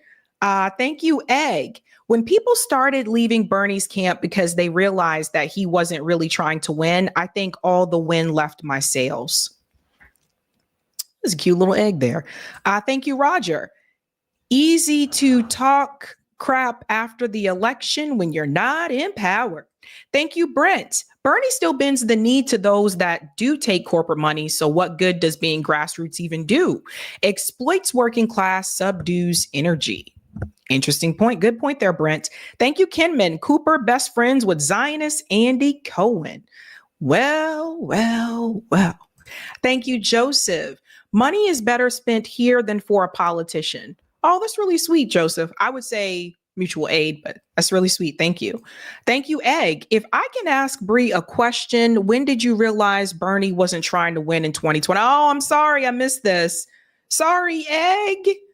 But thank you. Thank you, Emile. How do we get billionaires out and politicians who are paid by billionaires to listen, trying not to lose hope? This is in Canada too. Oh, I know Canada had this issue. Free Palestine. Well, I mean, there are a number of politicians that don't take billionaire money, but one of the things that we need to do is end Citizens United. We had a show on RBN where we interviewed Move to Amend, and that's their whole thing, is just to get corporate money out of electoral politics. I recommend going to their website and looking up that information.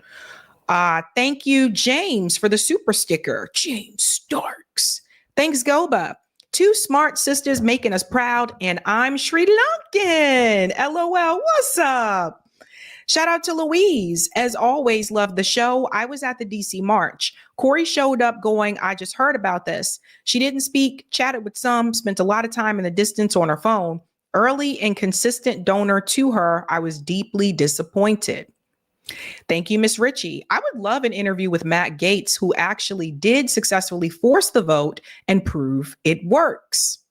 Thank you, Zach. BRIAHNA, they are all committing genocide. They are no good members of any political party in America that has any power. Thank you, Kyron. My two favorite ladies of the left. Hello, Kyron. And thank you, What's Left. The center with all the spokes attached, the root, or at least significant stressor to our problems is capitalism. It always comes back to capitalism. Yes, indeed. Let's get the comment on Rockfin and we'll get back to the tariff story. Thank you, Roger, for the tip on Rockfin. Political parties make things way more complicated than necessary. Look how Bree is pulling her hair out over this. Parties place party interests above the public interest. That's why I say abolish all political parties. Bree, next time you are not hurting Black people by not voting Democrat, but they're hurting Black people. Demands exercise your rights. Running CBI exercises power. Thank you. And shout out to Michael Dean for becoming a Sabby member. Give Michael a big whoop whoop in the house. We're getting back to that Trump tariff story, ladies and gentlemen. Again, Donald Trump did announce that he is pausing those tariffs for 90 days. And as I told you, part of that is because his billionaire friends complained, right? The billionaires complained, his donors complained, not because we complained. So just keep that in mind. Now, I want you to hear the statement that Trump made. This was kind of funny. Watch this. You started the morning saying be cool, and just a few hours later, there was a pause put in on the tariffs. Can you walk us through your thinking about why you decided to put a 90-day pause? Well, I thought that people were jumping a little bit out of line. They were getting yippy, you know? They were getting a little bit yippy, a little bit afraid, unlike these champions. Because we have a big job to do. No other president would have done what I did. No other president. I know the presidents, they wouldn't have done it. Okay. What people is he referring to? He's referring to his billionaire buddies, right? He's referring to people like Bill Ackman. Bill Ackman, billionaire, was pretty vocal about this. Trump changes his tune as his billionaire backers push back against his tariffs. So that's Bill Ackman there. If you don't remember him, let me refresh your memory. Bill Ackman was the guy who single-handedly pushed out Harvard president Claudine Gay. Now, remember, he was the one that sounded the alarm about the campus protests at Harvard. He called them anti-Semitic. He wanted people fired or to resign. There was a lot of criticism there. That came from him. Next thing you know, there's this plagiarism scandal against Claudine Gay. And then it was later outed that Bill Ackman's own wife also plagiarized her dissertation. So it's just all over the place. But what you need to know is that he was able to make those demands and to make those moves because he is a billionaire. He has a lot of money, and he's in that hedge fund space, okay? He ain't make anything. He makes money off of other people making money. So think about it that way. He was vocal because the tariffs started to affect him. So you got to understand this. Hedge fund honcho Bill Ackman joined a growing list of President Donald Trump billionaire backers, calling for the White House to slam the brakes on the tariffs just hours before Trump authorized that 90-day pause. Ackman took to social media early on Wednesday, asking Trump to put a 90-day pause on tariffs, arguing the president can accomplish his objectives without destroying small businesses in the short term. He's talking about, of course, also his business. He is the founder of Pershing Square Capital Management, and it issued a dire warning of what could happen if the tariffs weren't halted immediately. If the president does not take the pause effect of the tariff soon, many small businesses will go bankrupt. Medium-sized businesses will be next. So that is why he paused the tariffs. Not because of us, but because of them, because of the billionaire class. Something else weird happened too, because there was this message here from Donald Trump on Truth Social, where he said, this is a great time to buy. Be cool. Everything is going to work out well. The USA will be bigger and better than ever before. So this was a call to action here from Donald Trump. And so now people are starting to question how many congressional members bought stock after this announcement from Donald Trump. You guys know how I feel about this. I do not think that Congress members should participate in insider trading. I don't think they should be trading stocks, period. But of course, you know, I'm not the law, but people are pointing to this post from him, and Marjorie Taylor Greene is being called out. People are calling out Nancy Pelosi. We need to take a look and see how many people were involved in that are congressional members. Now, I told you that stock market did surge, right? The stock market surged after he announced that pause on the tariffs. But that's not what's happening today, because as of Thursday morning, it drops right back down. The Dow tumbles 1,000 points, wiping out a chunk of Wednesday's historic rally. So do you see how quickly it went up and it just went right back down? Like, this was Thursday morning. Stocks fell Thursday, giving back some of the gains from the historic rally seen in the previous session after Trump announced the 90-day reprieve on some of his reciprocal tariffs. Investors are worried that even with the short pause on some of the duties, economic activity will be slowed by Trump's singling out of China with a much higher rate. So again, China is not excluded from those tariffs. And I want to show you something else here, right? I want to show you who's really winning. Now, Donald Trump is in this room with Charles Schwab. Listen to what he says. This is Charles Schwab. It's not just a company, it's actually an individual. And he made $2.5 billion today, and he made $900 million. That's not bad. He's in financials. I've always been following. So do you see that? Charles Schwab, these people just got richer. Okay? Charles Schwab just got richer while other people are trying to count their pennies and they're looking at their grocery list and they're like, we might have to put this back this time. So Donald Trump didn't pause the tariffs to help the working people. He didn't pause the tariffs because workers were upset, or working class was upset, or the poor was upset. He paused it to help his billionaire buddies like Charles Schwab and Bill Ackman. These people are continuing to get richer. A mask off moment for Donald Trump. This is what we tried to warn you guys about. He was not going to look out for the working class. Mask off moment. Everything that he has done so far when it comes to economics has been to benefit the billionaire class, not the workers. Let's go to some of the comments here in the chat. Thank you guys so much. Eric, we can go to part 2 for Type VNC. If you guys haven't done so, smash that like button. I don't think I said it yet all show. If you're new, don't forget to like, sub, and share like a Care Bear. Okie dokie. Let's go to some of the comments here. I think I shouted out Michael Dean. Yeah. Mike says, how many traded before the announcement? That's what we got to find out. That's what we got to find out. Red Scare said, I guess this is draining the swamp. Angie said, I told you so. And there was another one. Miss Mississippi said, I see no reason to vote for this mess. Why? Yeah, I mean, it's the same like message that he ran on in 2016, drain the swamp. You are the forgotten man. I see you. We're going to get it fixed and we're going to look out for you. And he chooses to look out for, again, the billionaires and the donor class. Okay. Get some popcorn for this one. We're switching gears here, folks. Okay. I have never talked about Nick Fuentes on this show. He's a nut job. He's also a racist. But Nick Fuentes came after Jason Whitlock.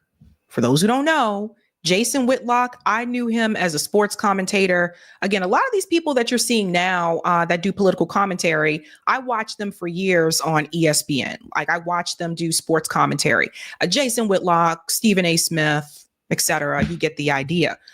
So Jason Whitlock is a sports commentator who also does conservative political commentary, I believe for the Blaze or Blaze TV. Nick Fuentes and Jason Whitlock, from what I understand, both are conservative. So you may wonder, why is Nick Fuentes going after Jason Whitlock?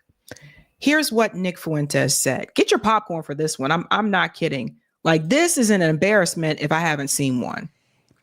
And by the way, you are a token. Hey, Jason, you're a token. You are in. Let's go back. I'm sorry. It's too much. It's too much.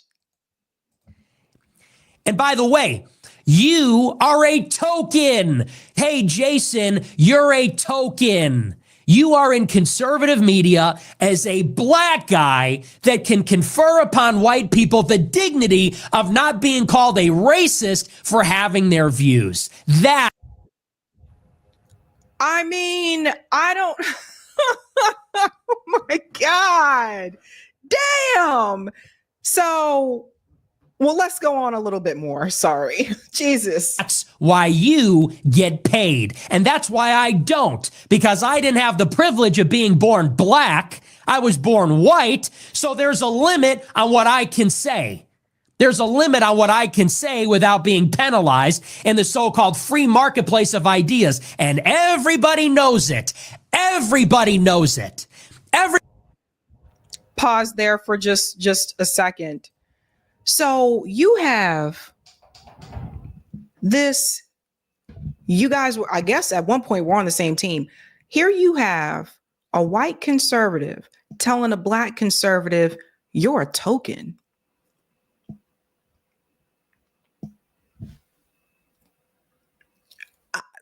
I mean, the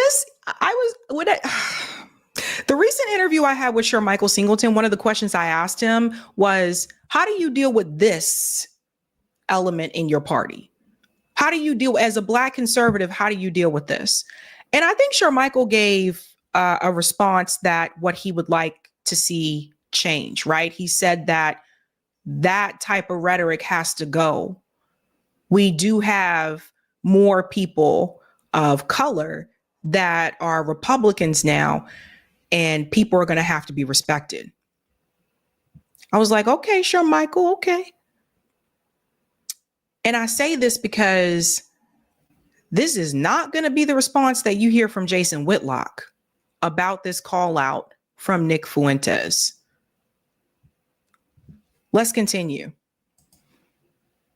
Everybody knows, and everybody's sick of it, especially in the conservative space, that blacks have had it easy. It is, and I don't doubt that he's a sincere person. I'm sure he's a sincere person. I'm sure he's genuine. But you are playing by a different set of rules, pal. You have training wheels on. You think you've earned it? Everything you have. Take a look around at your studio, your contract, your employees. If you said the stuff that you said as a white person, your ass would be fucking gone. And he's basically telling Jason Whitlock that he only has that gig because they needed a token. Like,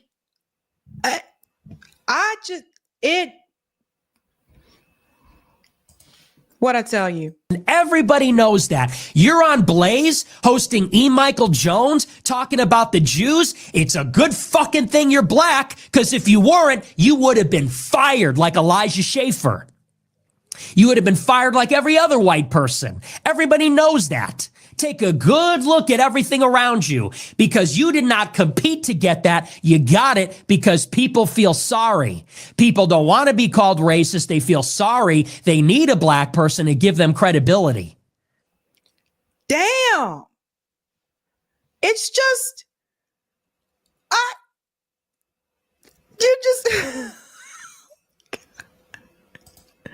it's embarrassing. It's embarrassing because it's like, I think we all kind of knew some of this a little bit. It's like, listen, man, are you there because you're a conservative voice? Are you there because they need a black conservative voice? You know, it's just little things like that. I mean, it's just,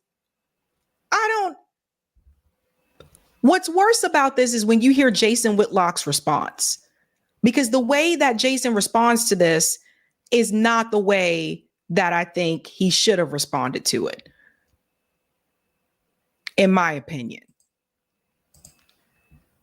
And if you can't see that, then you're just as ignorant as BLM. If you can't see that, if you can't be honest with yourself about that, you're just as ignorant as the marchers. As a matter of fact, you are as ignorant as the marchers.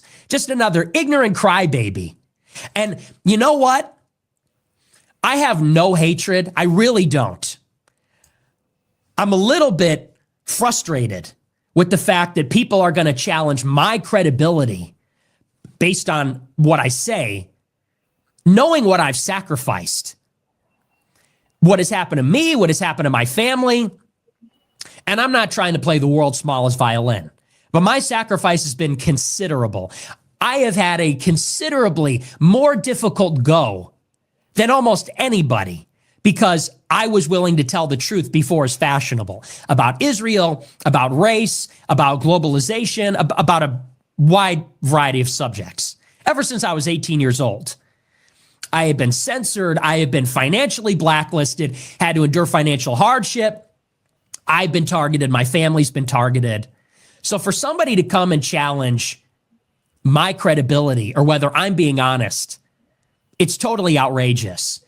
I have no hatred in my heart for people. I have no hatred in my heart for anybody, for that matter, and not for a group based on their race. And I have friends from all different races. It's not hatred. You know, we can't play that card all the time and bitch about racism every single time. With that being said, and it's important. Although you are a racist. Like, that's the part that kills me, is like, although you are a racist. And you talk about race a lot, but you say you can't talk about it all the time. Important to clarify that, because you don't want to be typecast as the angry white man that's trying to gin up. I'm not trying to gin up racial resentment. I'm really not.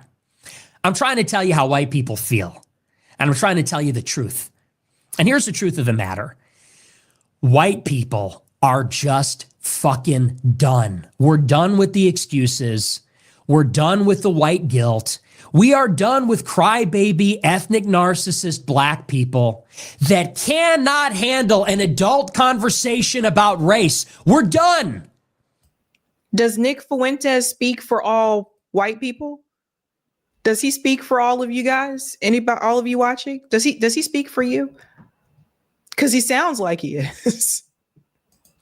We pay up the ass in property taxes not to live near these people. We work hard. We pay our taxes. We go to work. So do you see the narrative that he's pushing here as if black people don't work hard, black people don't pay their taxes, black people don't go? Let me tell you something. Don't pay your taxes if you don't want to. Uncle Sam will come find your ass. Next thing you'll know, you'll be a story on the late night news. The IRS will find you. I said the same thing to people before about student loans. Don't pay those student loans if you don't want to. They're going to try to find a way to get their money. But you see the narrative that he's pushing? He's like, we pay a lot of money not to be near those people. But he just said, don't talk about race all the time. We work our fingers to the bone to create a good quality of life for ourselves and for our families. And it has been ceaselessly sabotaged for decades by these fucking animals. And by that, I don't mean every black person. I mean these predators. I mean these opportunists. I mean these adolescents. Where are the parents? Where's the community now? You hear all this? You see the narrative that he's trying to. We have no community. There's no parents around. None of this stuff. I know. Just let it all. What FM said. Tell me more. I know, right? He's being very open, letting you know exactly how he feels, exactly what he thinks about us. Are they? I'm talking about these young adolescent men, black men, that film themselves running over a physics professor on his bike in New Mexico, laughing and kill him. I'm talking about the young black men that break into 20 businesses in Downers Grove overnight and loot the cash registers. I'm talking. What about the young white men that commit mass shootings? You see what he's doing? Talking about the teen takeovers, the gangbangers. We don't want to live near this stuff anymore. And we all know what's going on. We all know who's doing it. We all know what it is. And we're sick and tired of black people not being able to be honest about it, not being able to take any responsibility. It's always someone else's fault. It's always some white person's fault. It's racism. It's poverty. It's the culture. It's the New Deal, the Great Society. It's Lyndon Johnson. It's the Democrats. You know what? No, I think it's you. I think it's just you. So that is Nick Fuentes' response to Jason Whitlock. Now, here comes the mask off moment. And for just to add something in here, his statement about we don't want to live around this stuff anymore. America is still very segregated today. Just FYI. Especially here in the Northeast, America is still very much segregated. So I don't know why he's trying to make it seem like a lot of white people are living next to black people. The way that Jason Whitlock chose to respond to this is probably going to be one of the biggest disappointments that you see. Listen to this. Just another in a long list of excuses. Leftists blame it on racism and poverty. Conservatives blame it on culture and godlessness. Blacks create the same culture from LA to Baltimore, from Haiti to London, from Sudan to South Africa, from prehistory to now. It's race. So pause there for a second. That's a statement he's reading from Nick Fuentes. First of all, we don't have the same culture in Haiti that we do in LA. We don't have the same culture in Baltimore that we do in London. We actually don't have the same culture.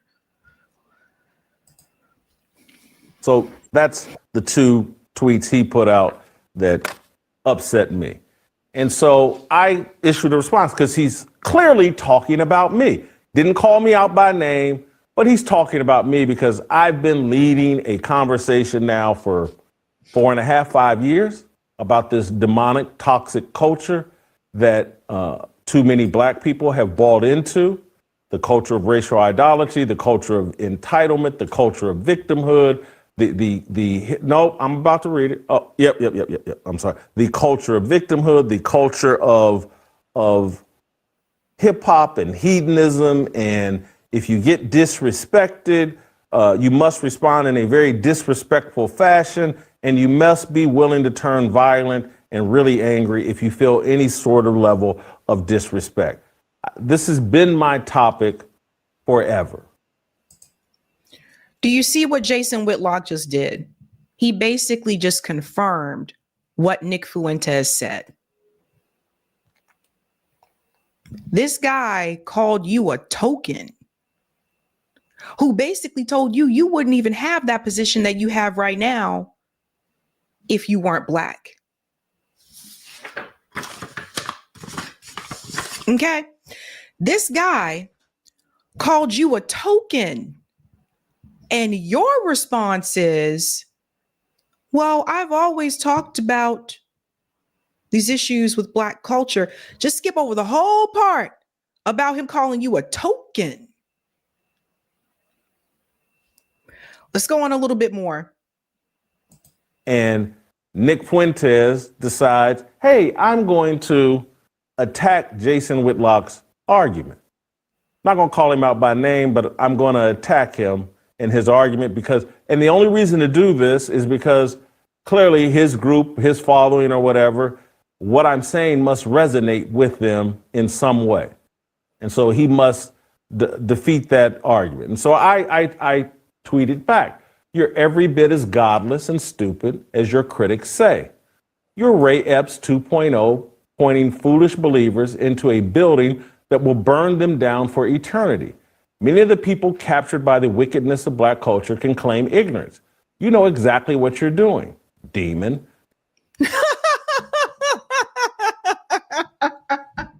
So let me show you a little trick. What Jason Whitlock is trying to do is now he's trying to pursue the religious aspect of this.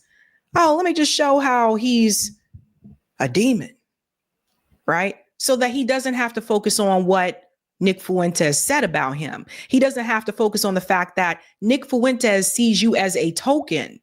He doesn't have to do that, and he doesn't want to do that, because if he does do that, his whole shtick is up.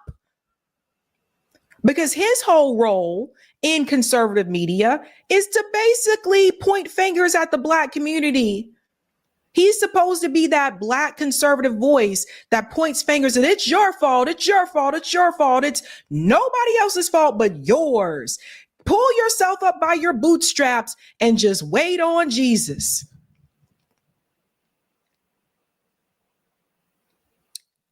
I don't understand how you can just sit there after he called you a token and not push back on that.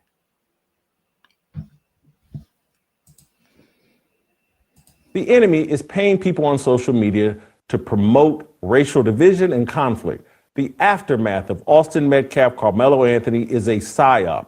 Don't fall for it. Stand on the word. Rebuke any so-called believer not pointing to Christ.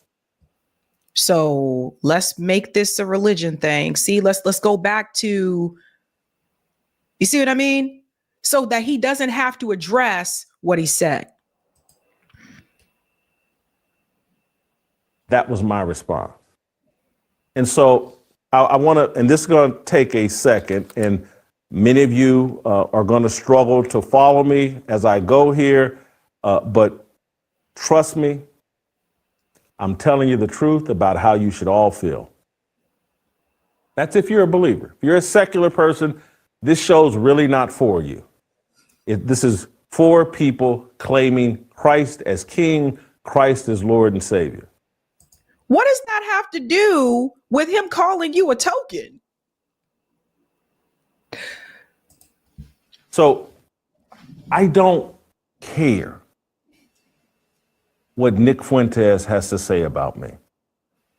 He can call me every name in the book. I don't care what anybody says about me. This isn't me talking tough. This isn't me saying I have the thickest skin in the world. This is me submitting to my irrelevance, my lack of importance. This is me acknowledging exactly who I am. I'm unimportant. FM said if you didn't care, you wouldn't make this segment.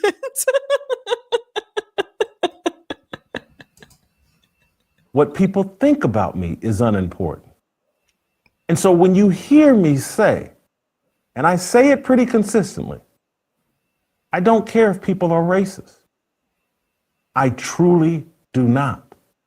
People can say whatever they want about black people. I don't care.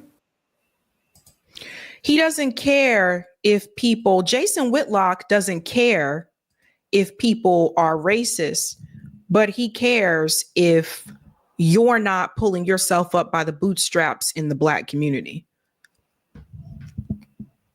And Jason Whitlock wants you to believe that some of these institutions that we have in this country, that race isn't a factor. Because if Jason Whitlock were to acknowledge that, that's his whole shtick right there. There goes the show. Okay? There goes the show. You let this man disrespect you to your face. You let him call you a token to your face. And you're just like, I don't care.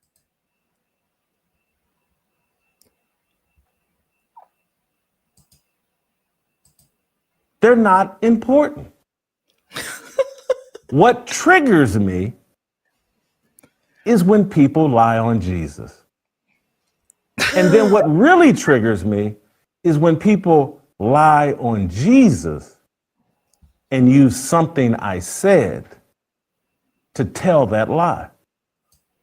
That's what triggers them, folks. Triggered. And by the way, before anybody come for me, I grew up in the church, okay? This is a mask off moment here for Jason Whitlock. You can't even stand up for yourself, man.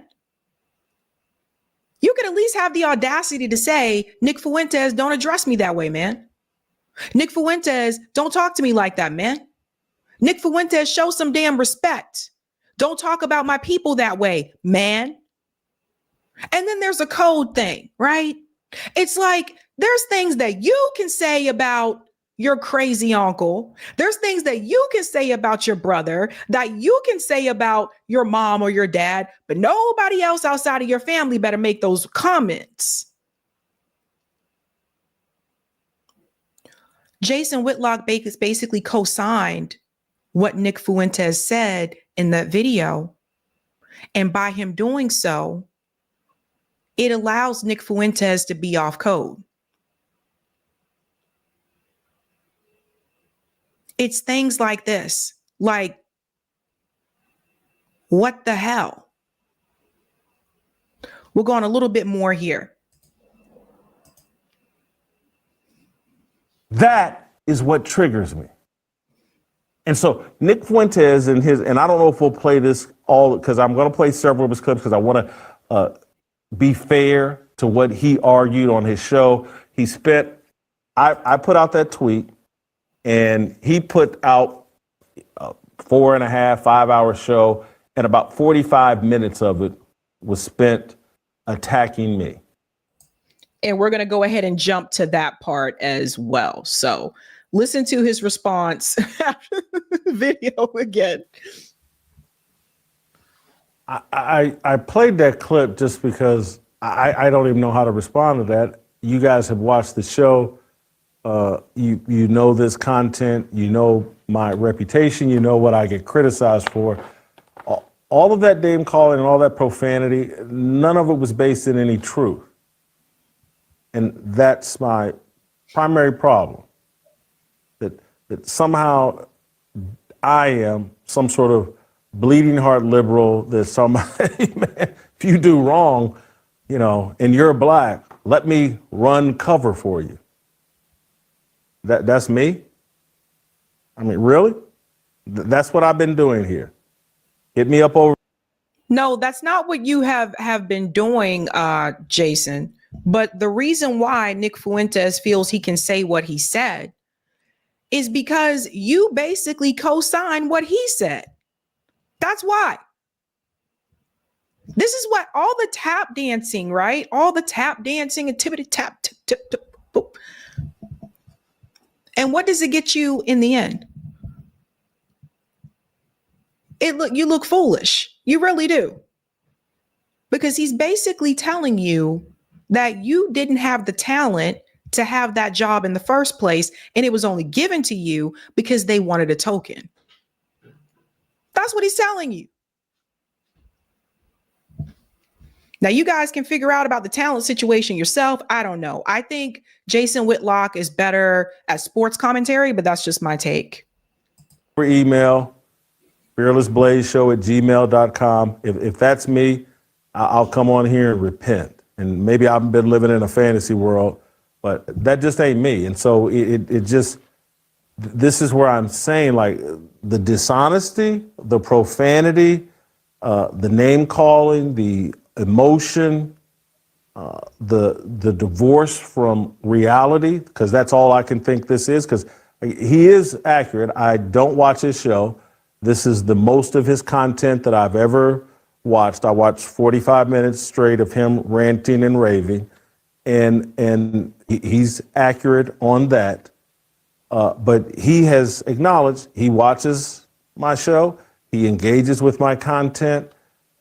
If there's a bunch of videos out there of me saying, hey, you got to look the other way. Carmelo Anthony, I mean, he's a great kid, and, he shouldn't face first-degree murder charges, maybe a simple assault. If that's what I've been doing, let me know. I don't think that it is, but maybe I don't know what I'm talking about. Hit me up over email again, fearlessblazeshow@gmail.com, if that's what I've been doing. Hit me over Twitter @WhitlockJason, if that's what I've been doing. I felt like Jason Whitlock was way too kind towards Nick Fuentes. And he doesn't even have to raise his voice, but hit me up, email me if that's what I've been doing. What do you mean, if that's what you've been doing? What are you talking about?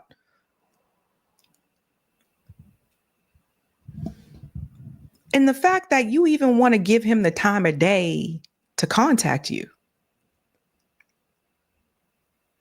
This is why I point to people like Jason Whitlock, and I'm like, yeah, you kind of full of it, because you don't really want to talk to the radical left, as you call it, but you're willing to listen to Nick Fuentes' racist ass who just called you a token.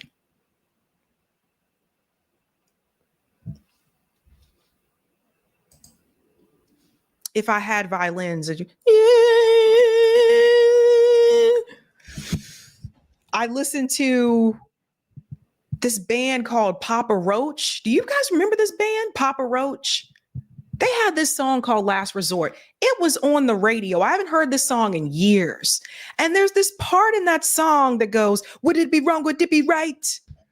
That's what I feel like saying to Jason. Jason Whitlock is sitting back and he's like, well, if he can email me and we can talk about, would it be wrong? Would it be right? I see people remember Papa Roach. Cause I'm losing my sight, losing my mind. Wish somebody would tell me I'm fine. It's a 90s, early 2000 radio station, and they play all of that. All of that. They were playing Smash Mouth. They were playing Papa Roach. Do you guys remember? I can't remember the name of the band that had that song, said, my daddy gave me a name and walked away. The Father of Mine song. I forget the name of them, the name of the band. They were playing that song, like all that kind of stuff. Oh, you guys know the song. Nothing's all right. I'm running and I'm crying. I can't go on this way. I'm in a silly mood tonight. That's what he reminds me of. Oh my gosh. So he's just asking, like, cut my life into pieces. Yes. I do remember Crazy Town, JB. They had that one song, Sugar, baby. Come, my lady. Come, my lady. You're my butterfly. Sugar. I wonder what happened to Papa Roach. Oh man, that song was so dramatic. I'm sorry. And you watch the music video if you've never seen it. When you're done with the stream, go onto YouTube, search Papa Roach Last Resort if you've never seen that music video, and watch the music video because it is seriously dramatic. Okay. All right. Let's go to the comments and we're going to our final story. Skylar says, this is so embarrassing. Jason Whitlock is permanently disinvited from every Juneteenth cookout from here on out. Shout out to Corey, who's been a member for 9 months, says, but he's right. Who really cares about what Jason Whitlock has to say? He's a puppet. LPA says, I wish more degenerates like this spoke out. We need to see who you are. Thanks. Where's the love? A white supremacist calling a black person a Sambo. I'm done. SPM said a black girl broke his heart or a black dude took his girlfriend. FM said Jason has been trained to attack black people. Attacking conservative whites does not compute. Thank you, Courtney. He had more smoke, Stephen A. Smith being a fake basketball player, but not for a dude that calls him a token. Damn. BX says Whitlock ain't wanna offend massa. And thank you, Courtney, or thank you, Where's the Love? What a coward, AKA kitchen biatch in my old hood. Let's get the comments on Rockfin. Thank you. Cut my life into pieces. All right. Thank you, Roger. Nick's right about, whoopsie, lost you. Oh, here we go. Nick's right about Jason. All of these Toms, him, Hodge twins, Candy O, and the rest of them must realize they'll never accept you. Stop being Stephen by throwing. Oh, I think you need a comment there. Stop being Stephen by throwing us under the bus. I'm okay with not living near you, Nick. Give us what's owed and we'll be on our way. I'm more interested in freedmen economic independency than being dependent on you. Jason hasn't exercised his firing back muscle at white supremacy in a while. In case no one knows, Friedman was not interested in ending segregation in separate but equal. We just had a problem with the equal part. I mean, we're still living in separate but equal. It's just masked by can you afford to? Someone should play for Nick when he speaks about hip hop and gang culture. Should play him that record company executive YouTube that I sent you that you're about to talk about with. Yes, that is in the next story. If there is one article that you should spend time reading over the weekend, it is this bombshell that was dropped by Whitney Webb. It is called One Label Under Blackmail: The Early Intersections of Diddy and the Epstein Network. Now, this is just part one. And what I will say is this. I read this entire article. We are going to cover certain sections of it tonight. But what Whitney Webb was able to do, she was able to make the connection between Diddy and Epstein. What people have to realize, according to this article, is that Diddy is not the head of the snake, which I told you when he was first arrested. Epstein, not the head of the snake. And what Whitney believes is that these were basically the fall guys to cover for the real corrupt monster, the real head of the snake. You have to read this article if you get a chance. Again, it is one label under blackmail. In part one of this series, you'll see the overlap between the worlds of Sean Diddy Combs and Jeffrey Epstein. We examine Combs' early years, his mentors, the industry figures who ensured their, as well as Combs' own commercial success. Ties to organized crime and intelligence are readily apparent and point toward a truly sinister reason behind this network's patronage of Combs and his close associates like Andre Harrell and Russell Simmons.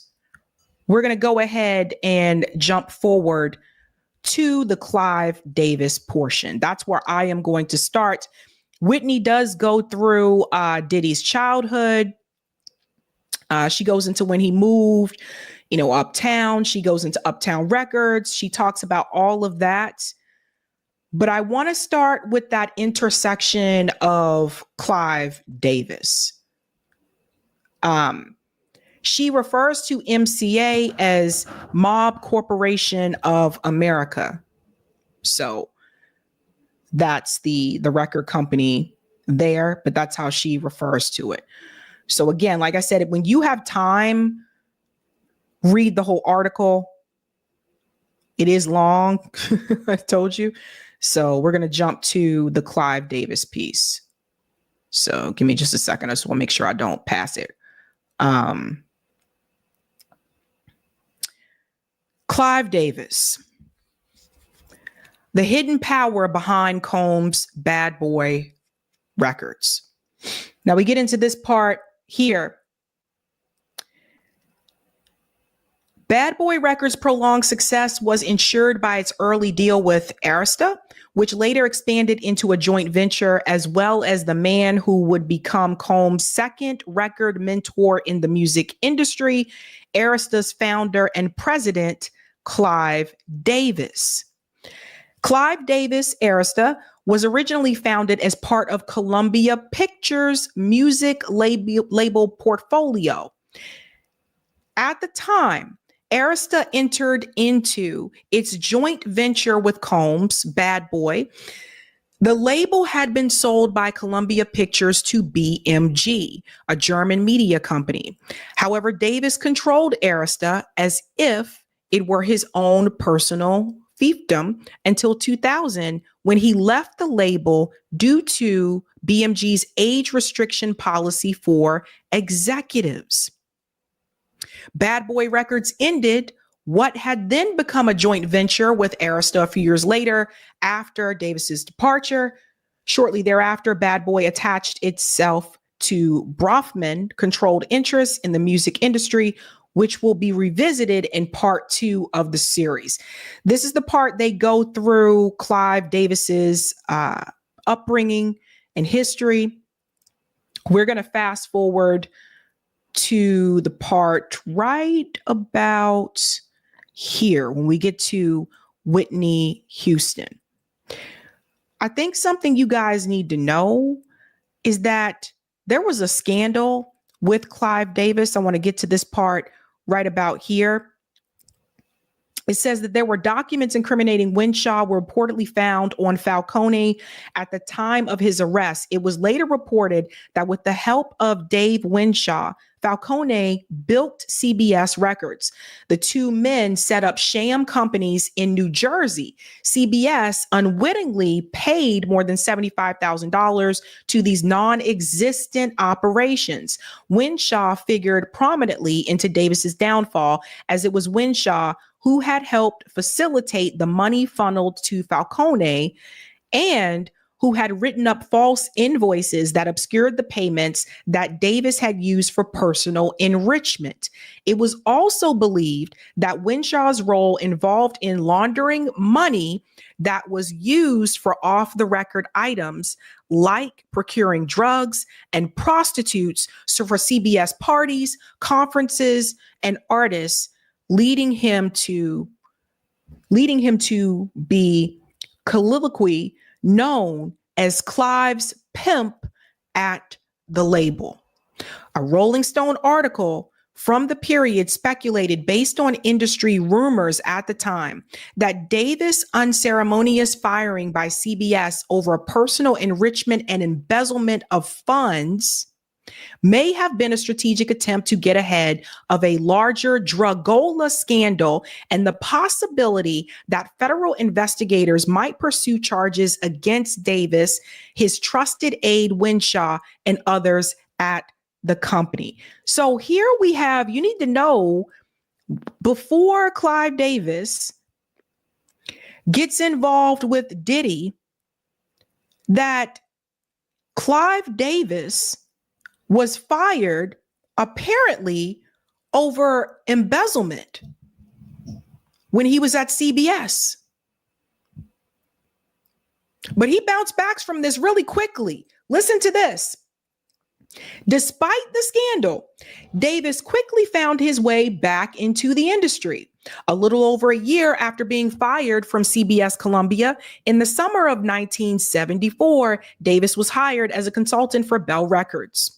Goes on to say, according to the 1977 New York Times article, Davis's consulting took the form of letting go most of Bell's performers and executives who had signed them, retaining only a handful as the basis for a renamed company, Arista, with himself in the president's chair. And of course, you know, he goes on to discover Whitney Houston. Clive Davis doesn't go to jail. How'd that happen? How come he don't have to serve any time? Goes on a little bit more here. We're going to jump forward to the part where he gets involved with Diddy. It's under Mentors in Crime. After the scandal around Combs began to break, Clive Davis, as well as Andre Harrell of Uptown and Russell Simmons of Def Jam Rush Management, have been accused of propelling Combs into patterns of criminal behavior, for which he is now infamous. For instance, one-time rival and former friend of Combs, Suge Knight, claimed that Davis, Harrell, and Simmons used alcohol, drugs, specifically cocaine, to compromise Combs' manhood. This is particularly significant in the case of Davis' ties to Dragola scandal, which involve using sex, drugs, and bribes to specifically target Black-oriented radio stations and music. Claims similar to those made by Knight have since been echoed by Combs' former bodyguard, Gene Deal. So if this is true, that Clive Davis and Andre Harrell and Russell Simmons used drugs and alcohol to compromise Diddy's manhood, then you know where Diddy got it from.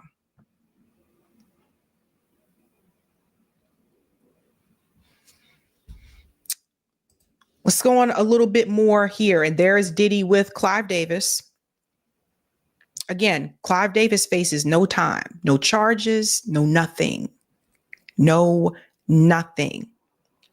It's also worth noting that Davis' protege, L.A. Reid, who took over Arista Records from Davis, has also been accused of sexual misconduct and assault. Reid, along with Combs, were both instrumental in the success of recording artists Justin Bieber and Usher. Suge Knight, has argued that Davis, Simmons, and Harrell first compromised Combs, and then Combs went on to use alcohol, drugs, and gay sex to control younger artists like Usher and Justin Bieber. This is coming from Suge Knight.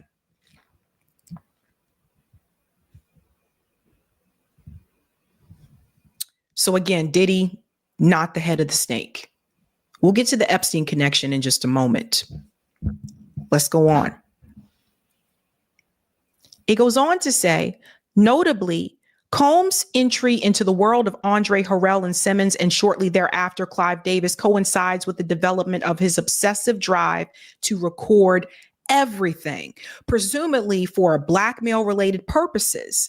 For instance, music video director Cole Bennett asserted that Combs told him that he'd begun recording footage of everything in 1992 and even advised Bennett to do the same. Got that from who? Clive Davis.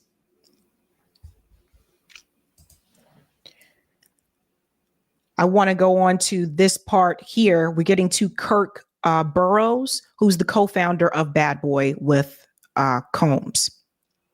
Burroughs has filed a lawsuit against Combs, claiming Combs subjected him to repeated sexual harassment, physical aggression, and forced compliance with degrading sexual acts throughout the 1990s.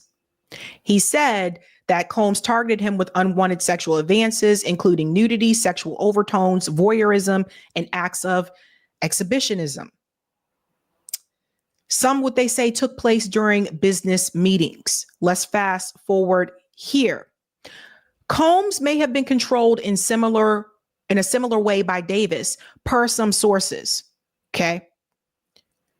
They're referring to this. There seemed to be some type of financial extortion and blackmail against Burroughs that Diddy was doing.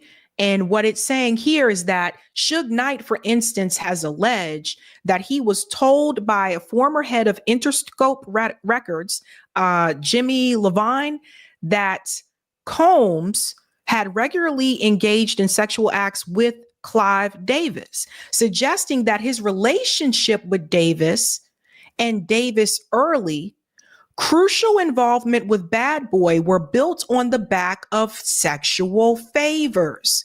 This is certainly possible given the well-known mechanism within the entertainment industry of sexual favors as a way to secure lucrative roles and deals. They bring up the example of Harvey Weinstein. Davis notably came out as bisexual in his memoir. He was 80 years old, etc. Combs' alleged bisexuality has been a major topic of discussion in relation to the scandal leading up to his arrest last year.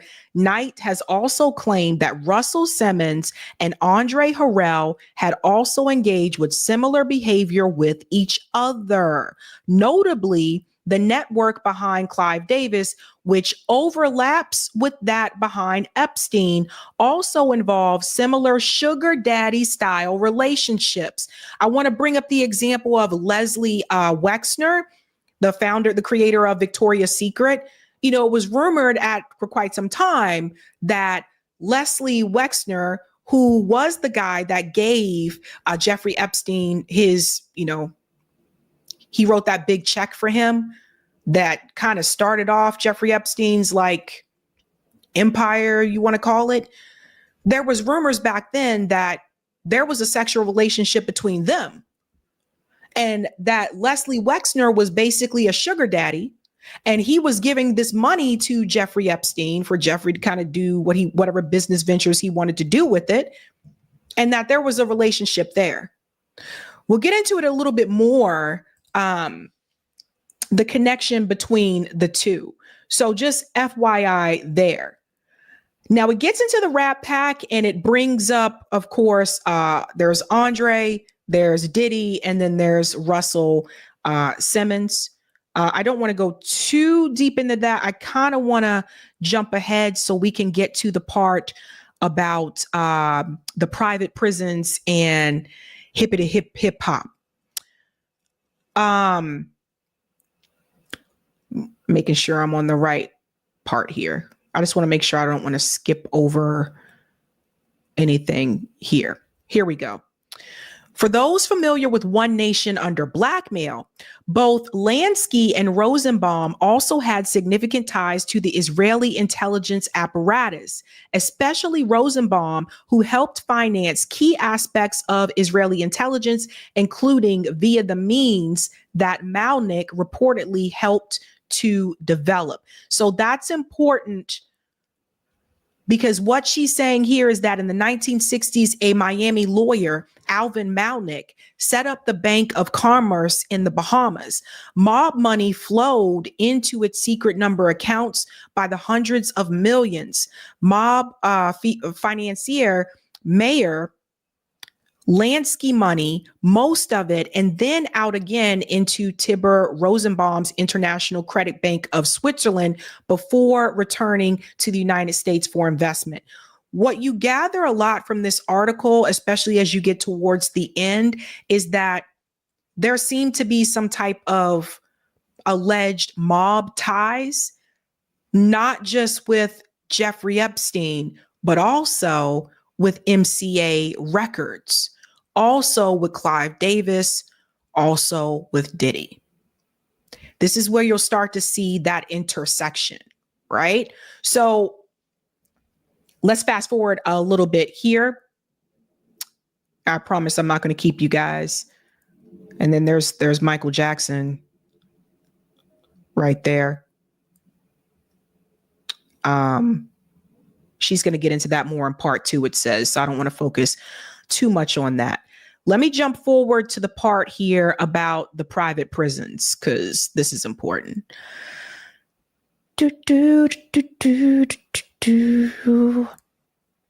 She's calling out Brett Ratner, sits with Elon Musk and Donald Trump at Mar-a-Lago. That's another person that is called out in this article. Let me go on here. It says that in addition, according to New York Magazine, Ratner was recently seen visiting Mar-a-Lago along with aforementioned James Packer, where they were photographed dining with Trump and Elon Musk earlier this year. A month later, it was reported that Packer bought a Trump-owned property neighboring both Mar-a-Lago's private club and Trump estate there. Let's fast forward here. Notably, Packer had previously bought a property neighboring another state leader, Israel's Benjamin Netanyahu, back in 2016. In addition, Ratner and the Trump family, as well as Russell Simmons, were among the guests invited to the wedding of Al Malnick's son, Jared Malnick, in early 2024. So this gentleman here in the middle, she highlights as an important person. He was a part of the Combs Russell Simmons clique, and they had a history of cultivating ties to Donald Trump. So that's pretty interesting there. Now we get to the part about the private prisons and the music business. And it was referred to as a conspiracy in plain sight. Now, listen to this part. Jump forward. I want you to hear what happened at this meeting. Quickly after the meeting began, one of my industry colleagues, who shall remain nameless like everyone else, thanked us for attending.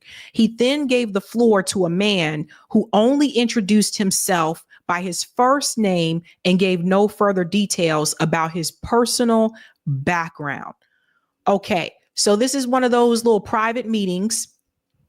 It says here the same year that the Brofman and Tish clans formally joined forces with Leslie Wexner, again, that's the creator of Victoria's Secret, and others like MCA linked Steven Spielberg via the Mega Group. American record labels had allegedly begun to conspire to promote crime in hip hop lyrics with the ostensible goal of facilitating the filling of private prisons, as those that ran the record labels were allegedly deeply connected to private prison firms. An account from an anonymous industry insider details how in 1991, he was invited to a clandestine meeting where he was forced to sign a non-disclosure agreement. He recounted the events of the meeting as follows. In fact, I have an audio recording of that. Just FYI, the audio is AI. I'm pretty sure that was done so he could protect himself. But listen to what he says. This is also in the article as well, but just listen. At this point, I begin to feel slightly uncomfortable at the strangeness of this gathering. The subject quickly changed as the speaker went on to tell us that the respective companies we represented had invested in a very profitable industry which could become even more rewarding with our active involvement. He explained that the companies we work for had invested millions into the building of privately owned prisons and that our positions of influence in the music industry would actually impact the profitability of these investments. I remember many of us in the group immediately looking at each other in confusion. At the time, I didn't know what a private prison was, but I wasn't the only one. Sure enough, someone asked what these prisons were and what any of this had to do with us. We were told that these prisons were built by privately owned companies who received funding from the government based on the number of inmates. The more inmates, the more money the government would pay these prisons. It was also made clear to us that since these prisons are privately owned, as they become publicly traded, we'd be able to buy shares. Let's just pause right there.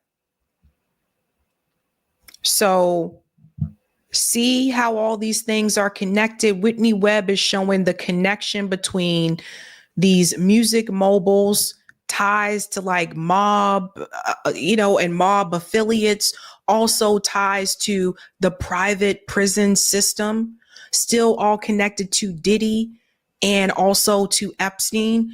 Like, we're not talking about a music label. We're talking about this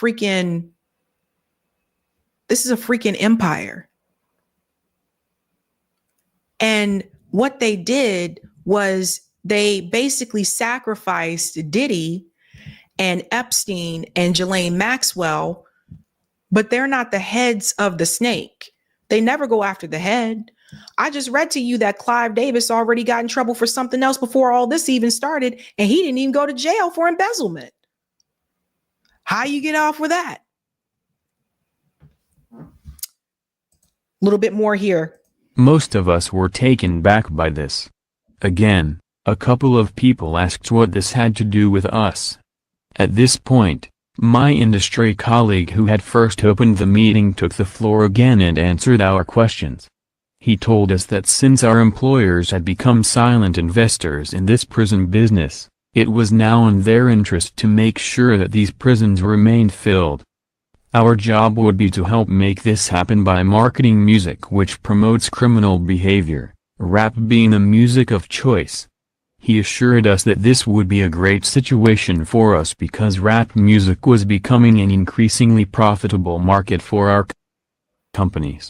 And I'll pause it there just because I can only take so much of the AI voice, and then we'll just go back to the article where you can see that written here as well.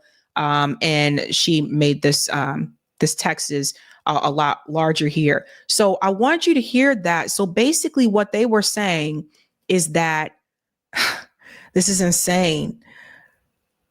Our job would be to help make this happen by marketing music that promotes criminal behavior, rap being the most or the music of choice. He assured us that this would be a great situation for us because rap music was becoming a profitable market.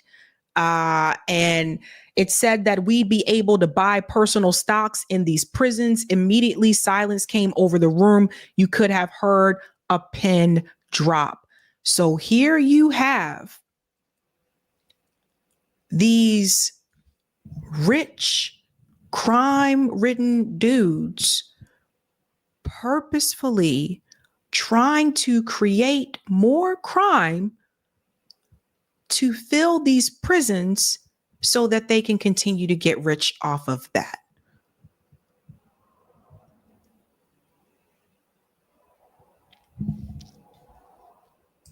This part.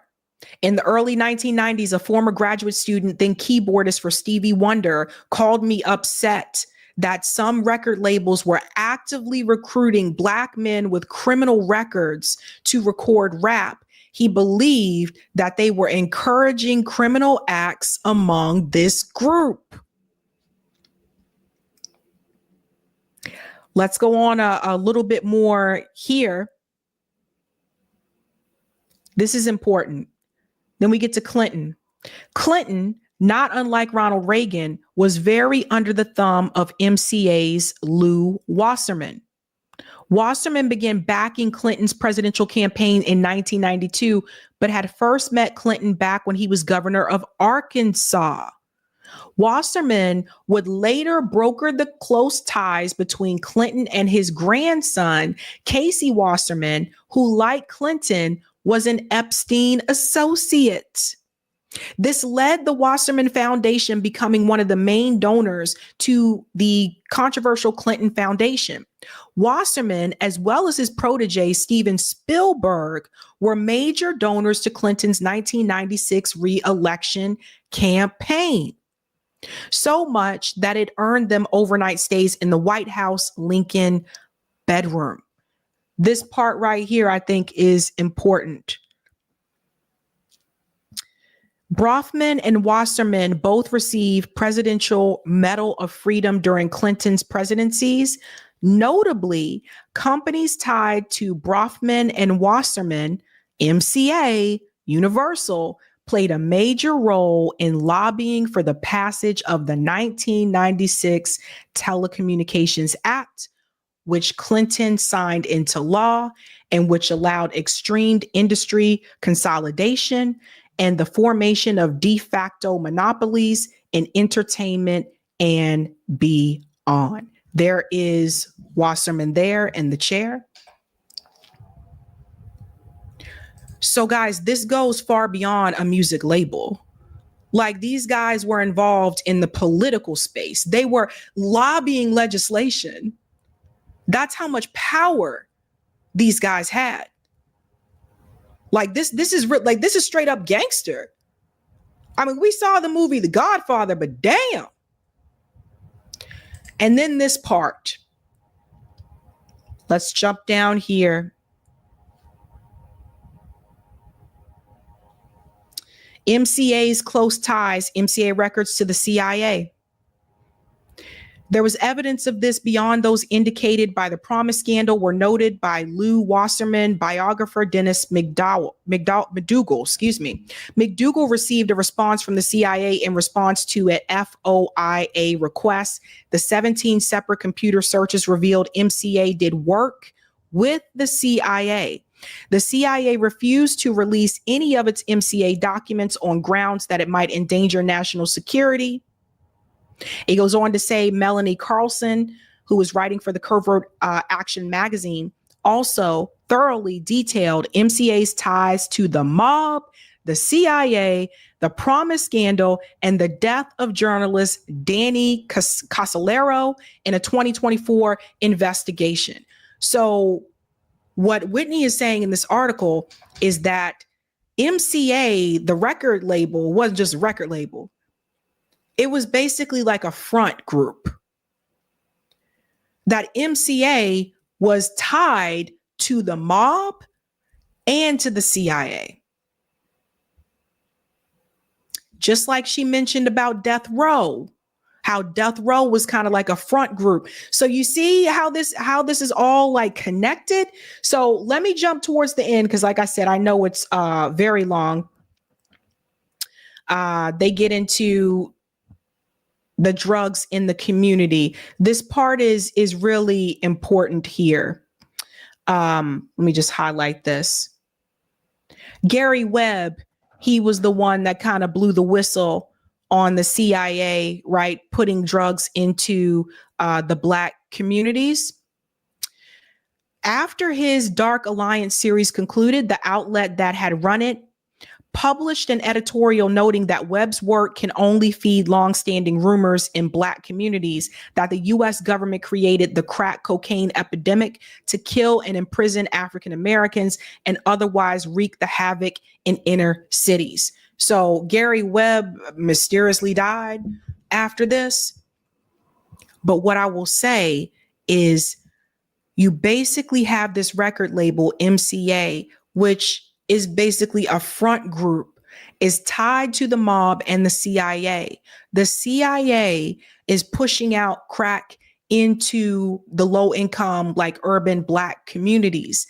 At the same time, You have these record executives, these, big time people that you would probably never meet in your life that were connected to MCA, that were trying to use gangster rap to create and escalate the violence to help fill the private prisons. It's all connected. You can't fill the prisons if you don't have crime. So if I would assume in cases where there was no crime, maybe that's where the crack comes in. Because if there's not enough crime happening and these prisons are not filling, then that's where the CIA comes in to bring the drugs into the community or plant drugs on people if they needed to get those crime rates up. One label under blackmail. Last piece here. Let's jump forward here to the end. But definitely check this out when you guys get time. Like I said, I know it's long, but it's definitely worth the read, right? And there's more and more statements in here that she says is from Suge Knight. So first and foremost, for part 2 of this series, we will examine the East versus West rap feud and the deaths of Tupac and Biggie, as well as their relevance to the Sean Combs story in greater detail.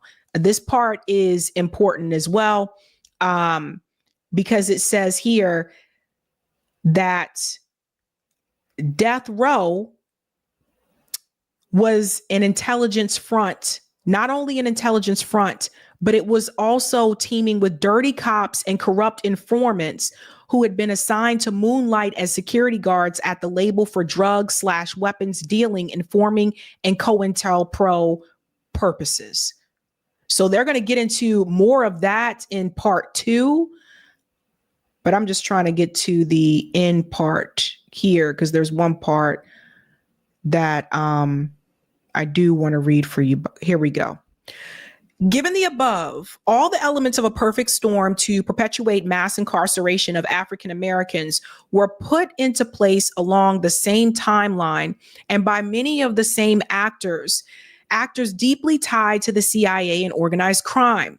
When we add the alleged efforts to stoke violence in hip hop, as exemplified by Combs and his Bad Boy Records, after he had become enmeshed in this very network, as well as his West Coast rivals, we have yet another component that suggests this network used its influence over hip hop industry to socially engineer criminal behavior while also ensuring that cheap, addictive drugs and cheap guns simultaneously flooded urban African-American communities. MCA and CIA connected Whack-In Hut would have reaped mass profits from this apparent operation as the number of prisoners in its private prisons swelled. However, other major multinational corporations who utilize inmate labor from these prisons profited as well.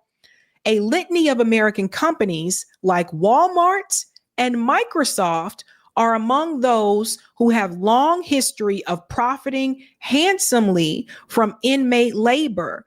Several of these corporations include companies run by the mega group billionaires like Lester Crown's General Dynamics, a major military contractor, and Leslie Wexner's Victoria's Secret, though the lingerie firm claimed to have ended the contract after it became public knowledge in the 1990s. So it's also Walmart and it's also Microsoft. So you guys need to know that as well, that benefited from private prisons. And then the very last part here kind of wraps it up. Combs from the 90s appears to have been a key frontman for his network and his ambitions. He was likely not the sole mastermind or beneficiary of all the scandalous parties, sexual violence, and public promotion of violence and alleged blackmail in which he engaged. He was a product of a network and a system that, in the case of Combs, was seeking to target and corrupt the broader African American community in similar ways. Ultimately, Combs, like some other prominent entertainers, was servile to his music industry masters. He worked within a system those masters controlled and attempted to expand his own influence and power within that system. But at the end of the day, he was never in charge. But at the end of the day, he was never in charge.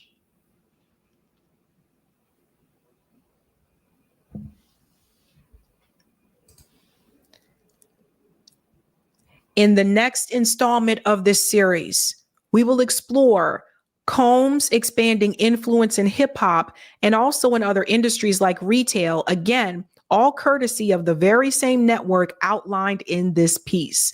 While Combs publicly projected power and success, both of those things were conditional. And like Epstein, now exposed, he is due to take the fall in order to take the heat off of the people behind the curtain. One label under blackmail. That is by Whitney Webb.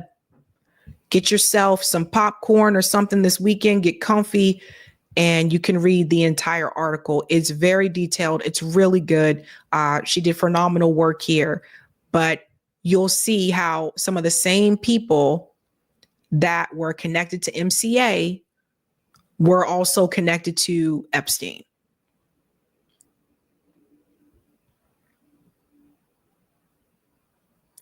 What a tangled web we weave. Let's go to the comments here. I know that was a lot, you guys, and I know I read quite a bit, but you should still read the article. Okay, let's go to Lila. Professor Griff mentioned that they were trying to use hip hop to create a school to prison pipeline. Bam. There you go. JM says they flood this music in our communities for decades. JB said this, ladies and gentlemen and distinguished guests, is capitalism. Thank you, Yin Yang. This is amazing, top-notch news coverage you are doing. You are doing a major service to people by reporting so excellently on all of this, exceptional analysis on how this relates to our community. Oh, thank you. Thank you. Do all things with love. Sabby, take a look on open secrets at other legislation the record industry lobbies for, some nasty anti-Palestinian, anti-Muslim, pro-Zionist bills. I got to check that. Thank you, Oh My Days. The show Snowfall, CIA used crack to fund Sandinistas. Thank you, Dre. CIA, crack, Instagram, and AIDS. Damn. And thank you, Where's the Love? Sabby, thank you for sharing this article. I will definitely be paying for this info forward to my family and friends. This is deep. Yeah. And Eric, can we put the link to Whitney's article in the chat when you get a chance? This is a weekend homework assignment for everybody. And holy crap, thank you for the super chat, super sticker, Blueser. Thank you so much. That's very generous. And shout out to Clarissa for becoming a Sabby member. Whoop, whoop. Guys, like, it's a crazy world. It's a crazy world out there.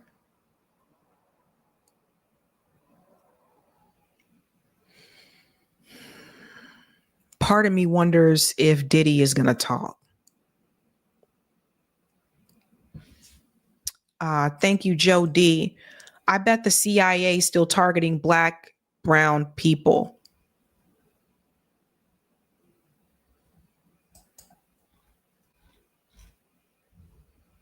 It's like they really hate us.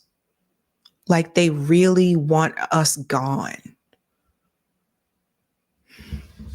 Let's get Roger's comment. Thank you, Roger. Sab, just said read over the article over the weekend. She is right. What she didn't tell you is that it will take the entire weekend to read. I read it yesterday. It is long. I told him to read it and he was like, you owe me for this. He's like, you got to read my book. That explains some of Big's lyrics. F him in the boop, throw him over the bridge. And you look so good. I will. Okay, I'm not going to say that. Here's the YouTube Sab place in chat. Yeah. And thank you for this one. There's another reason why this meeting took place. Remember, 1988 till about 92. There was an Afrocentric, today they call it Pan-African movement, combined with a 1960s Black Liberation Panther Power revival happening in hip hop. We were even on the verge of retiring the N-word. They shut that down, mirroring late 60s, early 70s Panther Power liberation movement shifting to blaxploitation films. And thank you for this. So if we see it happen with the music industry and hip hop, where the government got together with Zios and the entertainment industry here being music, what makes you think they didn't do the same thing? And CIA, FBI bring in Zios who into Hollywood to put blaxploitation films out to derail the movement, pushing actors to portray pimps and hoes in Hollywood. As you said, Gary Webb revealed that with crack. So yeah, Sabrina, I gave that YouTube to you a year ago. I knew it would take some time, but I knew eventually with patience and grace, the stars were going to align, the planets will align, and you would actually cover it. Thank you very much. Yeah. Oh, thank you again, Blueser. Very generous. Appreciate the community. Thanks, Sabs. Thank you so much. So sweet. This article I'm telling you guys is, you got to read it. Did we send it to people, Eric? Oh, I think Eric already put it in the chat. Just making sure. Also, Whitney Webb posted it on her Twitter page too. So if you're looking for that link. Oh, and thank you, Joe. The CIA's been working their magic through the music business since hippie times and movies before that. Thank you, Joe.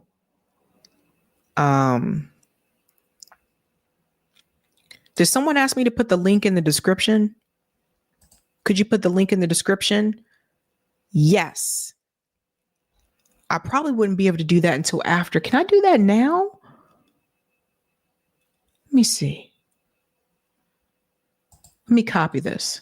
See if I can. Thank you, Ijawana Kick Booty on Rumble. After he exposed the CIA crack to inner city pipeline, they tried to say Gary Webb killed himself with not one but 2 shots to the back of the head. That's mob stuff if I ever heard it. Yeah, exactly. Okay, thanks, Corey. Here's that link to that article. And then let me just do this now because I will forget. If I don't do it now, I know I will. To add it, you guys want me to add it to the thing. Okay. So let's go ahead and take care of that now. Can you take me high enough? You know, I got the music stuck in my head, man. Okay. And I'm going to add the link to the chat right now. Let me just, how do I do this while I'm live? Oh, wait, I can still do it on live. Let me just go in here and do it. Okay. Whitney article. All right, honey buns. So it is now saved in the description of the live stream. So now when you go to the description, you will see it. Yay. Okay. Yeah, man. It's crazy stuff. I'll be live again tomorrow night. Tomorrow night, General Strike USA will be here. So you'll finally get a chance to talk to them, to hear from them about why they want to have a general strike, etc. And we'll cover news stories. And I think that's about. Oh, sorry, I forgot that. YouTube link of the record exec video also. I can't share that because it's age restricted. I don't think I can share the link, but if they just search, the video is called "The Secret Meeting That Destroyed Hip Hop." Yeah. And thank you, Walter, saying, Gabby saying, everybody's gonna go to bed and Rome, hey, this is my comrade Rome from RBN. I'm going live on RBN in a bit tonight. Great show, Sabby. Thanks, Rome. Yeah, and I'll be getting out of here. You guys know we can just roll out with Papa Roach. Cut my life into pieces. Losing my sight, losing my mind. Wish somebody would tell you I'm fine. Losing my sight, losing my mind. Wish somebody would tell you I'm fine. Nothing, all right. Okay, thank you for this one as well. Also love you, Sabby. Keep doing the damn thing. Thank you. All right, guys, that is it for me. Go listen to some Papa Roach. Actually, no, go watch Rome live. He's going to be going live on Revolutionary Blackout Network. Have a good night. Keep up the fight.